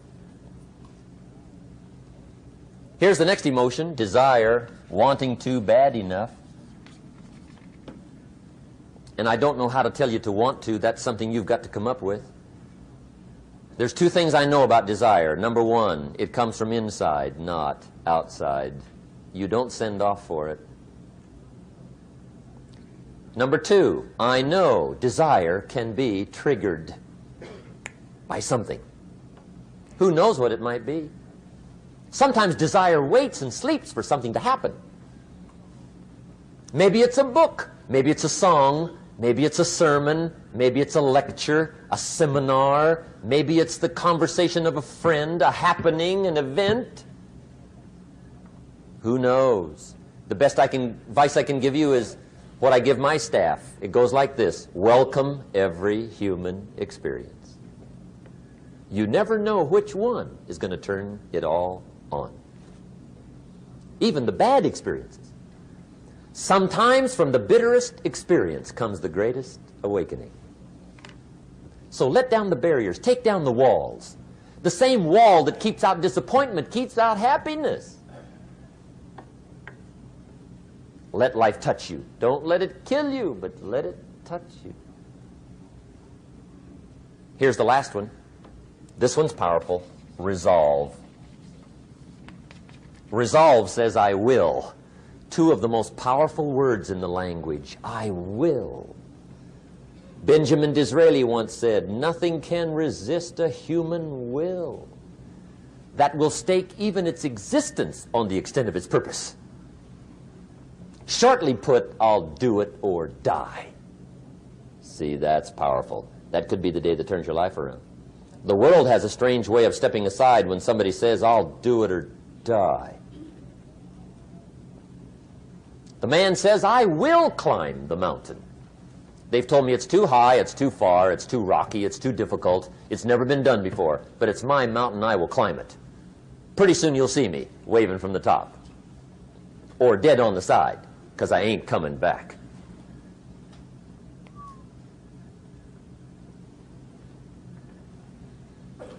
The best definition I ever got from the word resolve came from a little junior high girl in Foster City, California, up north. I'm talking to the junior high kids one day. I love to ask kids definitions. They come up with beauties. I got to the word resolve and I asked, who can tell me what resolve means? And I got several hands, and they were all pretty good, but the last one was the best. Little girl, about 3 rows back, held up her hand. She said, Mr. Rohn, I think I know what resolve means. I said, darling, what do you think it means? She said, I think it means promising yourself you will never give up. I said, that's it. Webster, stand aside. That is the definition. Promise yourself you will never give up. I asked the kids, how long should a baby try to learn how to walk? How long? How long would you give your average baby before you shut him off? How long? See, any mother in the world would say, you're crazy. My baby's going to keep trying until it learns how to walk. What a magic formula. Now let me show you what triggers all emotions into activity that brings results. And results is the name of the game. Here it is. Action. Finally, you must do something about how you feel. Jesus, the master teacher, said, don't just be listeners, be doers. The world admires the doers. Whatever it takes to get you to try harder, read more, set your goals, and go for it. Here's the next attitude disease. Overcaution. Some people never will have much. They're too cautious. Now, you can also be too reckless, but you can also be too cautious. This is called the timid approach to life. And my caution was always the risk. Risk used to drive me right up the wall. I used to say, what if this happens? It's called the language of the poor. What if this happens? And on top of that, if this was to happen, look at the fix I'd be in. I better not try. I could always ace myself out. Then I'll tell you what changed my whole life when I finally discovered it's all risky. The minute you were born, it got risky. If you think trying is risky, wait till they hand you the bill for not trying. If you think investing is risky, wait till you get the tab for not investing. See, it's all risky. Getting married is risky. Having children is risky. Going into business is risky. Investing your money is risky. It's all risky. I'll tell you how risky life is. You're not going to get out alive. That's risky. The Englishman says, well, if that's the way it's going to work out, let's give it a go. Right, that's what it's for. Give it a go. Somebody says, yeah, but I'm looking for safety and security. fine, then huddle in a corner. We'll cover you with a sheet, bring you 3 meals a day. And we'll protect you, feed you, look after you, care for you. We won't let anything happen to you. And you'll probably live to be 100. The guy said, well, yeah, I'd live to be 100. But what a way to live. Right. What a way to live, safe and secure. Don't ask for security. Ask for adventure. Better to live 30 years full of adventure than 100 years safe in the corner. And see, it's not important how long you live. What's important is how you live. Here's the next attitude disease. We're almost through with this motley list. In fact, we're almost through. Hang on. The next one is pessimism. Pessimism, the deadly disease of always looking on the bad side, the problem side, the difficult side, checking all the reasons why it can't be done. The poor pessimist leads an ugly life. He doesn't try to figure out what's right. He tries to figure out what's wrong. He doesn't look for virtue. He looks for faults. And when he finds them, he's delighted. How ugly. This is the poor guy who looks through the window, doesn't see the sunset. He sees the specks on the window.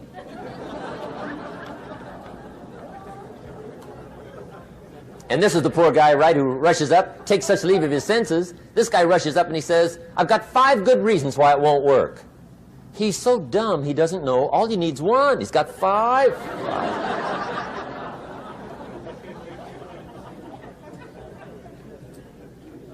To the pessimist, the glass is always half empty. To the optimist, the glass is half full.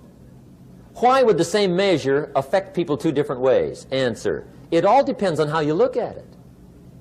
Our lives are mostly affected by the way we think things are, not the way they are.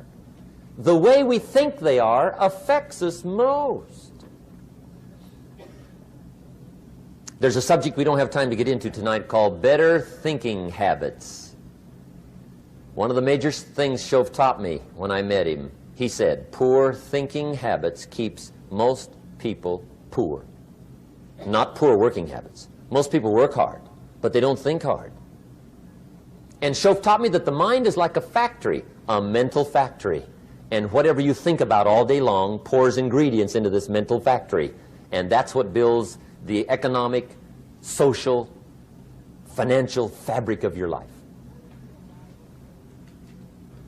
He quoted me a Bible phrase that says, as you think, so you become. How awesome. When he talked about poor thinking habits, he had me. I used to start the day reading the morning newspaper. I mean, you can believe that or not. I'd get a cup of coffee and read the paper. I'd load up on wars and riots and murders and stabbings and killings and bank robberies and muggings and car wrecks and tragedies. I'd even read the back pages. I seem to like that stuff for some weird reason. I'd load up on all that, and then I'd start the day. You can imagine the kind of days I used to have. You walk around on your financial knees. They call you economic peewee.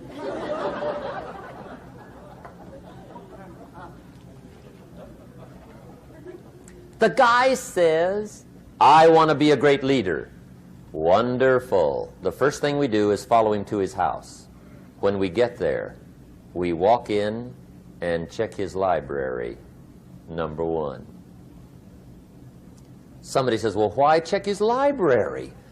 The reason is because what a man reads pours massive ingredients into his mental factory, and the fabric of his life is built from those ingredients. You would not believe what some people have got in their house to read. You would not believe. One of the best dressed up words I know for a lot of it is trash. Can you imagine dumping a barrel of trash into this mental factory every day and coming out with a rich, dynamic, positive life? It can't be done. You might as well try making a cake with cement. The kids back in Danbury, Connecticut, high school, they're asking me questions one day. I'm talking to the kids. Kids got good questions these days. One of them said to me, Mr. Rohn, how do you build the good life? I said, it's simple. It's not easy, but it's simple. Here's how you build anything. Select the right ingredients, keep out the wrong ingredients, and it starts with thought. Everything starts with thought. So you must be wise and careful what you think about, because that starts everything. You got to be wise and careful. I asked the kids, what would happen if somebody dropped sugar in my coffee? They said, well, you'd be okay. I said, what if somebody dropped strychnine in my coffee? They said, well, you'd be dead. I said, correct. Lesson 1. Life is both sugar and strychnine. You gotta be careful. I said, what if my worst enemy drops in the sugar? They said, will you be okay? I said, what if my best friend, even by accident, drops in the strychnine? They said, well, you'd be dead. I said, correct. Lesson 2, watch your coffee.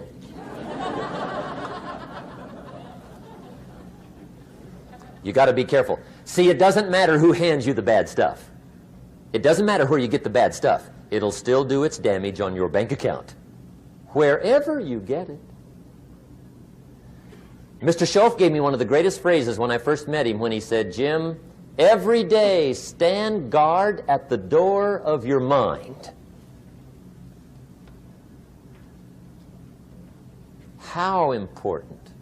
Stand guard at the door of your mind. And you decide what goes into your mental factory. Don't let anybody just dump anything they want to in your mental factory, because you've got to live with the results. Okay, here's the last disease, and we're through with this list. In fact, we're almost through. Hang on.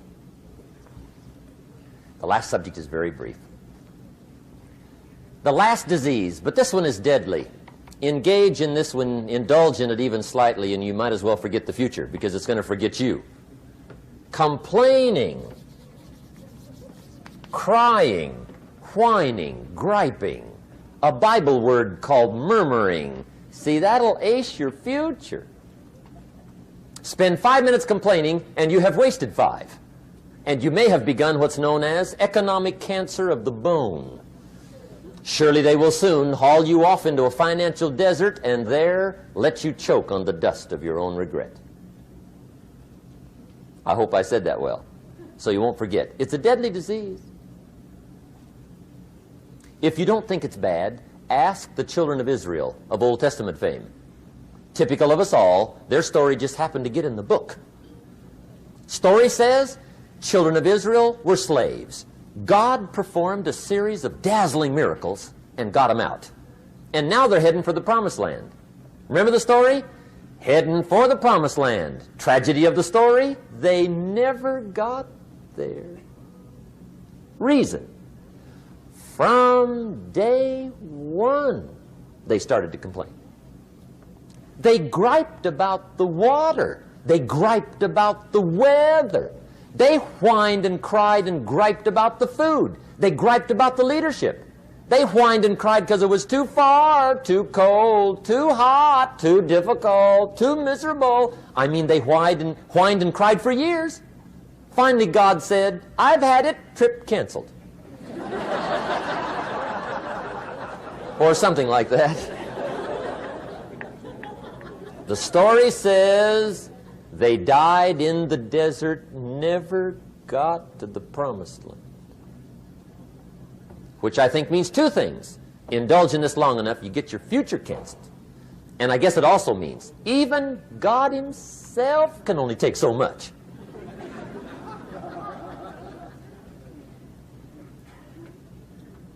Okay. Just be on the lookout of the things that can destroy all the good you start. The war is on. And this evening, tomorrow, mentally, personally, socially, economically, you got to make sure you're winning the war. And this is part of it.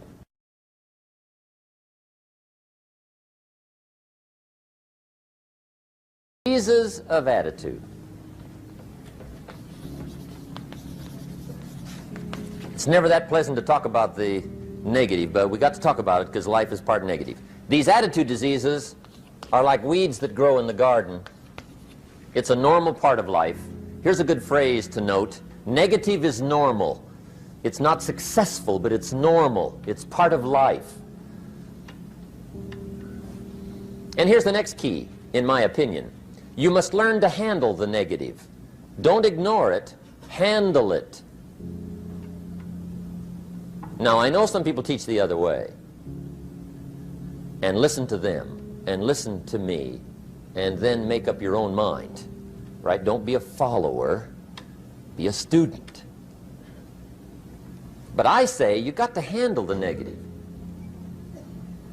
You don't have to live in it. You don't have to dwell on it. But you do have to handle it, my opinion. I know some people teach, just turn your head real quick and say, there's no weeds, there's no weeds, there's no weeds. They'll take your garden. So you've got to handle the negative. Here's what part of it is. It's called the Great War Between Good and Evil. Mr. Reynolds and I are working on a new book this year called The Great War Between Good and Evil.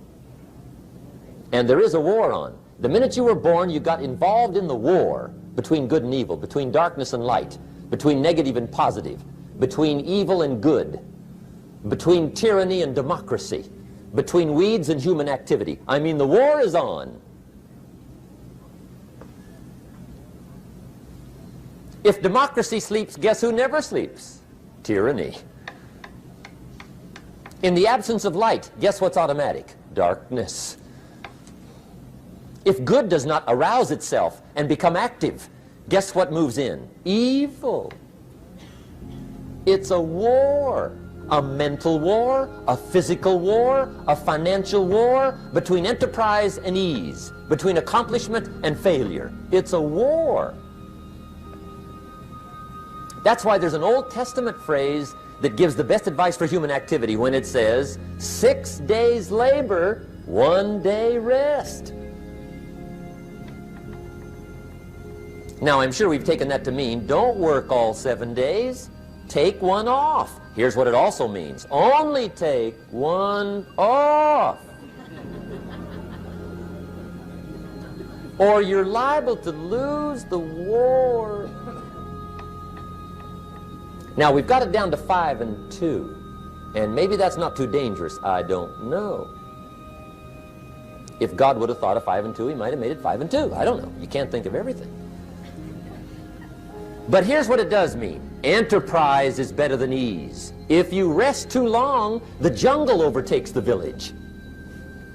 Now here's the good news about the war between good and evil. Evil is no match for good, but good must be active. Weeds are no match for human activity, but if you stand still, how far in will they come? All the way. They'll grow right up around your shoes.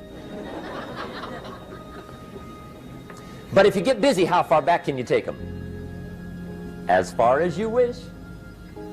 They're no match, but you must be active. That's why the 6 and 1. Make sure you're not losing the war by taking off too much.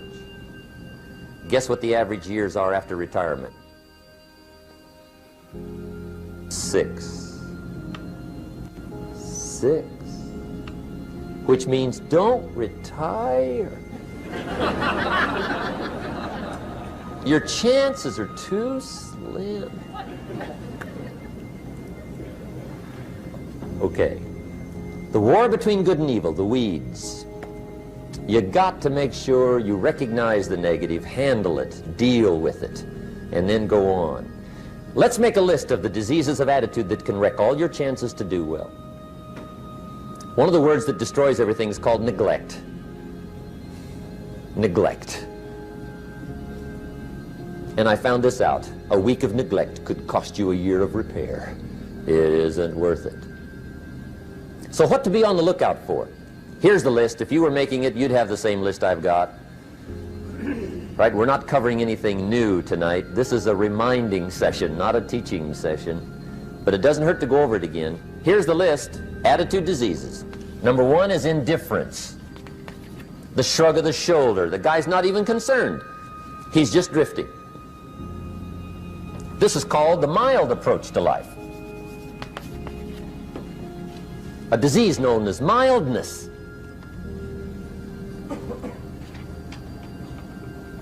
The guy says, well, I can't see getting all that worked up. Well, to be any kind of winner, you gotta get worked up. There's one problem with drift. You cannot drift to the top of the mountain. And the good Lord said in the closing chapters of the Bible, here's the best way to live, one way or the other. That's best. Hot or what's next best? Cold is next best to hot.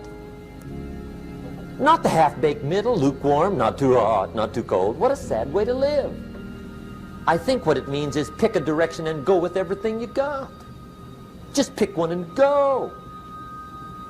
Somebody says, yeah, but what if it's the wrong direction? You'll find out quicker. It won't take you 25 years to wake up and say, oh no, I've been walking the wrong road.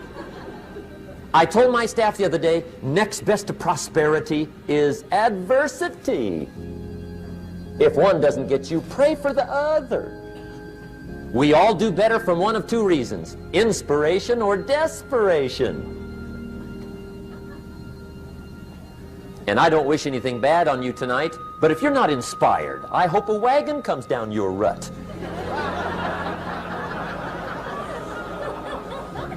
Whatever it takes to get you to try harder, read more, set your goals, and go for it. Somebody asked me one time, what quality would I pick if I wanted to work with somebody? And you know what I picked first? Number one, strong feeling. Please, number one, give me somebody that feels strong. About most anything, I don't even care. Just so they believe it. Even if they disagree with me. Wonderful. Just so they disagree vigorously. I'm not saying it's easy to win those kind of people to your point of view, but I'd rather do that than to try to resurrect people from the dead. Pump them up every month, pump them up, pump them up. I pass. The good Lord needs a leader for the early Christians. Remember the early days of the Christians? Not like today. If you were to stand up in the early days and say, I'm a Christian, cut off your head, toss you and your wife in jail, let you rot. I mean, those were ugly days.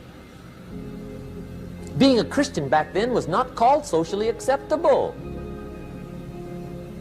They didn't have 125,000 in the Los Angeles Coliseum to hear Billy Graham on a Sunday afternoon. Not back in those days.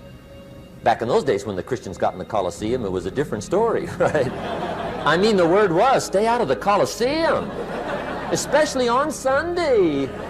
Last Sunday was Lions 33, Christians nothing. See, those were mean, tough struggle days for the Christians. Now, when the days are mean and tough and struggling, you got to have some kind of leader. Do you know who the good Lord picked for the leader when the days were mean and ugly? Saul. From Tarsus. That's who he picked, Saul. I'll tell you what, I would have picked him. You would have picked him. Anybody would have picked Saul. Saul was one of those incredible guys. Once he got into something, look out. Everybody in the community knew what Saul was in. Because whatever he joined, he'd flip all the switches, open up all the dials, turn on all the faucets, and go like mad. He was known as All-Out Saul. I mean, he was something else. Now, at first, it wasn't working out well. Saul hated Christians, which makes a poor leader, right? I mean, that won't work. Saul got this bug somewhere about the Christians. He got to hating Christians. And he hated them so bad, every time somebody would say Christian, he'd fly into a rage. And I guess he decided one day, it was his mission in life to get rid of all the Christians. He was Saul anyhow, could do most anything he wanted to. So he got him these letters of authority to go around to the various communities and hunt down the Christians. They said, do whatever you want to with them, Saul, they're unpopular anyhow. Drag them in the streets, whip them, stone them, torture them, kill them.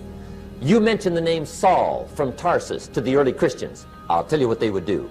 They would run, hide, lock the doors, leave town, dive underground. I've been in the catacombs of Rome, where they hid. He was mean. I mean, terribly mean. But remember the story? One day Saul's making it for Damascus. Heard about some new Christians, flies into a rage, takes off for Damascus. And the story said he was angry. There's a little sentence in the story that says, on his way to Damascus, he was breathing out threatenings and slaughter, which meant he felt rather strong about the idea, right? That's strong, that's strong. But on this journey, right, according to the story, as Saul was making his way to Damascus, the good Lord looks down out of heaven and says, there's my man, Saul. He's got to be something else. And according to the story, this great light shines out of heaven, knocks him flat, right off his horse, grinds his face in the dirt, and blinds him for 3 days. The good Lord using recruiting tools we can't use, but when you're Lord, right? To make a long story short, Saul from Tarsus becomes converted to Christianity. He becomes Paul, the great leader, the apostle. And without a doubt, the good Lord got him a dandy. One he didn't have to pump up every month. In one of his later writings, he said, the things I once hated, I now love. The things I once loved, I now hate. See, that's strong. Here's the key to the good life. Learn to put everything you've got into everything you do.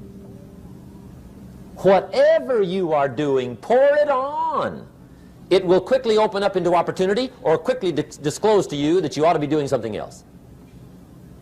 The delusion is, if I had a better job, I'd really pour it on. See, that's delusion. Wherever you are, pour it on. Don't give somebody half a job for a day's pay. Pour it on. See, that'll help change your life. Get rid of this disease. Here's the next attitude disease, indecision.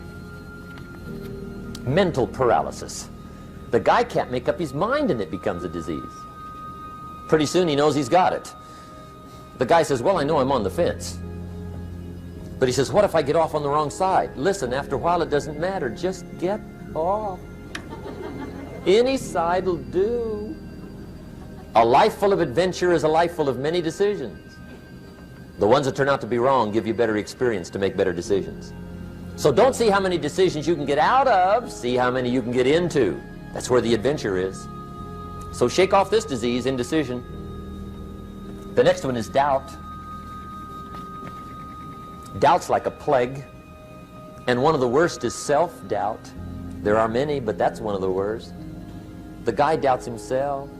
Doubts if it'll last that long for him. Doubts if he can do that well. Doubts if he can make that much. Doubts if he can accomplish all that. A chronic, excellent self-doubter. You can imagine what damage that does to your future. So here's the key. Turn this coin over and become a believer. And there's many things to believe in. One of the majors is yourself. The understanding of self-worth is the beginning of progress. Now, if those three don't get you, this one will. Worry. That's a devastating disease. Worry. Worry causes health problems, social problems, personal problems, family problems. It's devastating. Worry long enough, it'll drop you to your knees. Could reduce you to begging. I know how bad this one is. I used to have it bad. I used to be known as a super worrier. Not a super warrior. No, super worrier. My family wished I'd have been a warrior. I got those years to make up for. But I'll tell you what. My advice to you is do what I finally did on worry. Give it up. Who needs it? I'm not saying it's easy. I'm saying it's worth it. It took me almost 1 year to kick the worry habit, and it was not an easy year. It was one of the toughest years I ever spent, but I finally got that monkey off my back. And I discovered you could live the most incredible life free of worry. Not free of challenge, not free of difficulty, free of worry. I learned how to do it, and you can. Here's the next attitude disease. Over-caution. Some people never will have much. They're too cautious. Now, you can also be too reckless, but you can also be too cautious. This is called the timid approach to life. And my caution was always the risk. Risk used to drive me right up the wall. I used to say, what if this happens? It's called the language of the poor. What if this happens? And on top of that, if this was to happen, look at the fix I'd be in. I better not try. I could always ace myself out. Then I'll tell you what changed my whole life when I finally discovered it's all risky. The minute you were born, it got risky. If you think trying is risky, wait till they hand you the bill for not trying. If you think investing is risky, wait till you get the tab for not investing. See, it's all risky. Getting married is risky. Having children is risky. Going into business is risky. Investing your money is risky. It's all risky. I'll tell you how risky life is. You're not going to get out alive. That's risky. The Englishman says, well, if that's the way it's going to work out, let's give it a go. Right, that's what it's for. Give it a go. Somebody says, yeah, but I'm looking for safety and security. Fine, then huddle in a corner. We'll cover you with a sheet, bring you 3 meals a day. And we'll protect you, feed you, look after you, care for you. We won't let anything happen to you. And you'll probably live to be 100. The guy said, well, yeah, I'd live to be 100. But what a way to live. Right. What a way to live, safe and secure. Don't ask for security. Ask for adventure. Better to live 30 years full of adventure than 100 years safe in the corner. And see, it's not important how long you live. What's important is how you live. Here's the next attitude disease. We're almost through with this motley list. In fact, we're almost through. Hang on. The next one is pessimism. Pessimism, the deadly disease of always looking on the bad side, the problem side, the difficult side, checking all the reasons why it can't be done. The poor pessimist leads an ugly life. He doesn't try to figure out what's right. He tries to figure out what's wrong. He doesn't look for virtue. He looks for faults. And when he finds them, he's delighted. How ugly. This is the poor guy who looks through the window, doesn't see the sunset. He sees the specks on the window.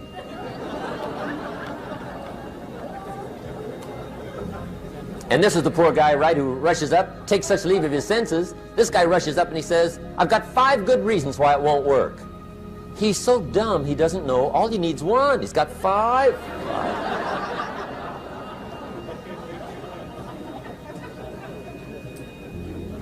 To the pessimist, the glass is always half empty. To the optimist, the glass is half full.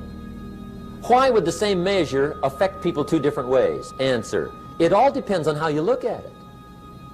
Our lives are mostly affected by the way we think things are, not the way they are.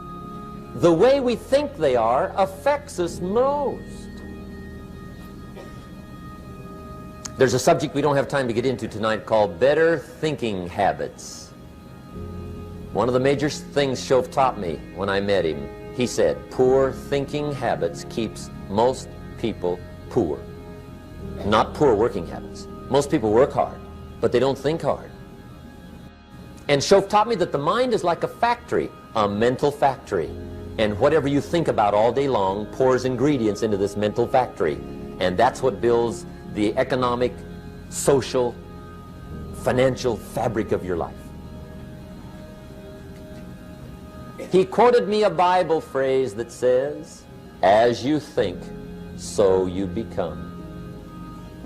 How awesome. When he talked about poor thinking habits, he had me. I used to start the day reading the morning newspaper. I mean, you can believe that or not. I'd get a cup of coffee and read the paper. I'd load up on wars and riots and murders and stabbings and killings and bank robberies and muggings and car wrecks and tragedies. I'd even read the back pages. I seem to like that stuff for some weird reason. I'd load up on all that, and then I'd start the day. You can imagine the kind of days I used to have. You walk around on your financial knees. They call you economic peewee.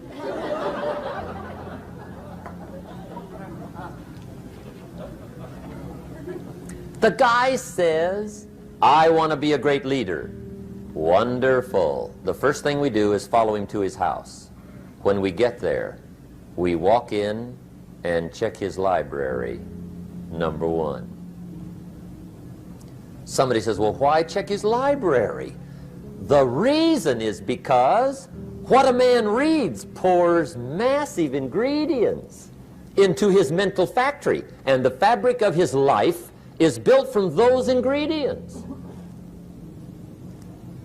You would not believe what some people have got in their house to read. You would not believe. One of the best dressed up words I know for a lot of it is trash. Can you imagine dumping a barrel of trash into this mental factory every day and coming out with a rich, dynamic, positive life? It can't be done. You might as well try making a cake with cement. The kids back in Danbury, Connecticut, high school, they're asking me questions one day. I'm talking to the kids. Kids got good questions these days. One of them said to me, Mr. Rohn, how do you build the good life? I said, it's simple. It's not easy, but it's simple. Here's how you build anything. Select the right ingredients, keep out the wrong ingredients, and it starts with thought. Everything starts with thought. So you must be wise and careful what you think about, because that starts everything. You got to be wise and careful. I asked the kids, what would happen if somebody dropped sugar in my coffee? They said, well, you'd be okay. I said, what if somebody dropped strychnine in my coffee? They said, well, you'd be dead. I said, correct. Lesson one, life is both sugar and strychnine. You gotta be careful. I said, what if my worst enemy drops in the sugar? They said, will you be okay? I said, what if my best friend, even by accident, drops in the strychnine? They said, well, you'd be dead. I said, correct. Lesson two, watch your coffee.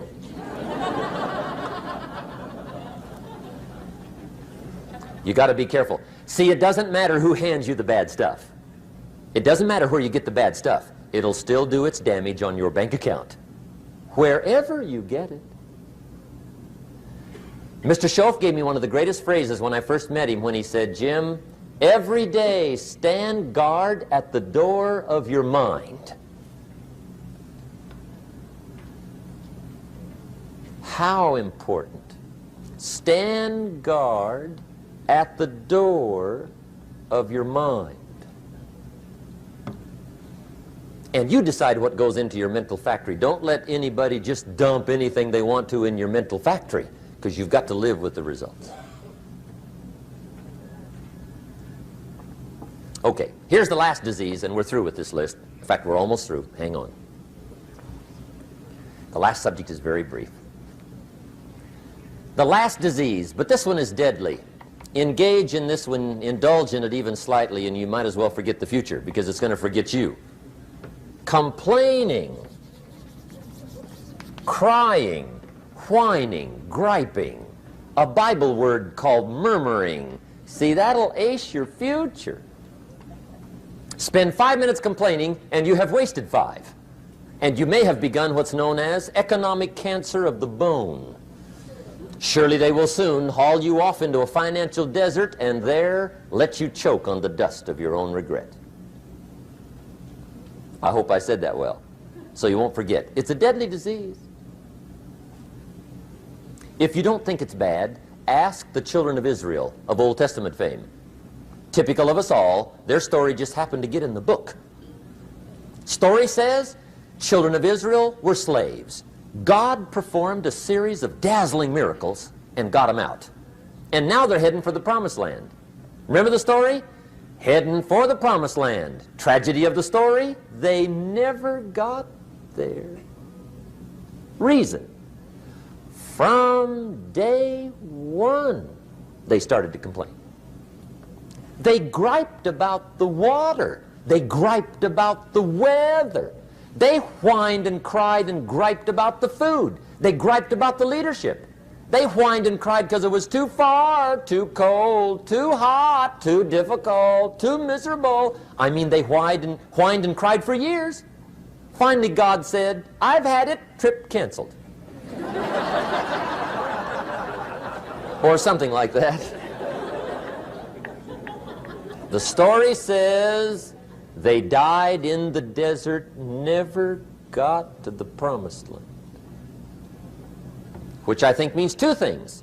Indulge in this long enough, you get your future canceled. And I guess it also means even God himself can only take so much.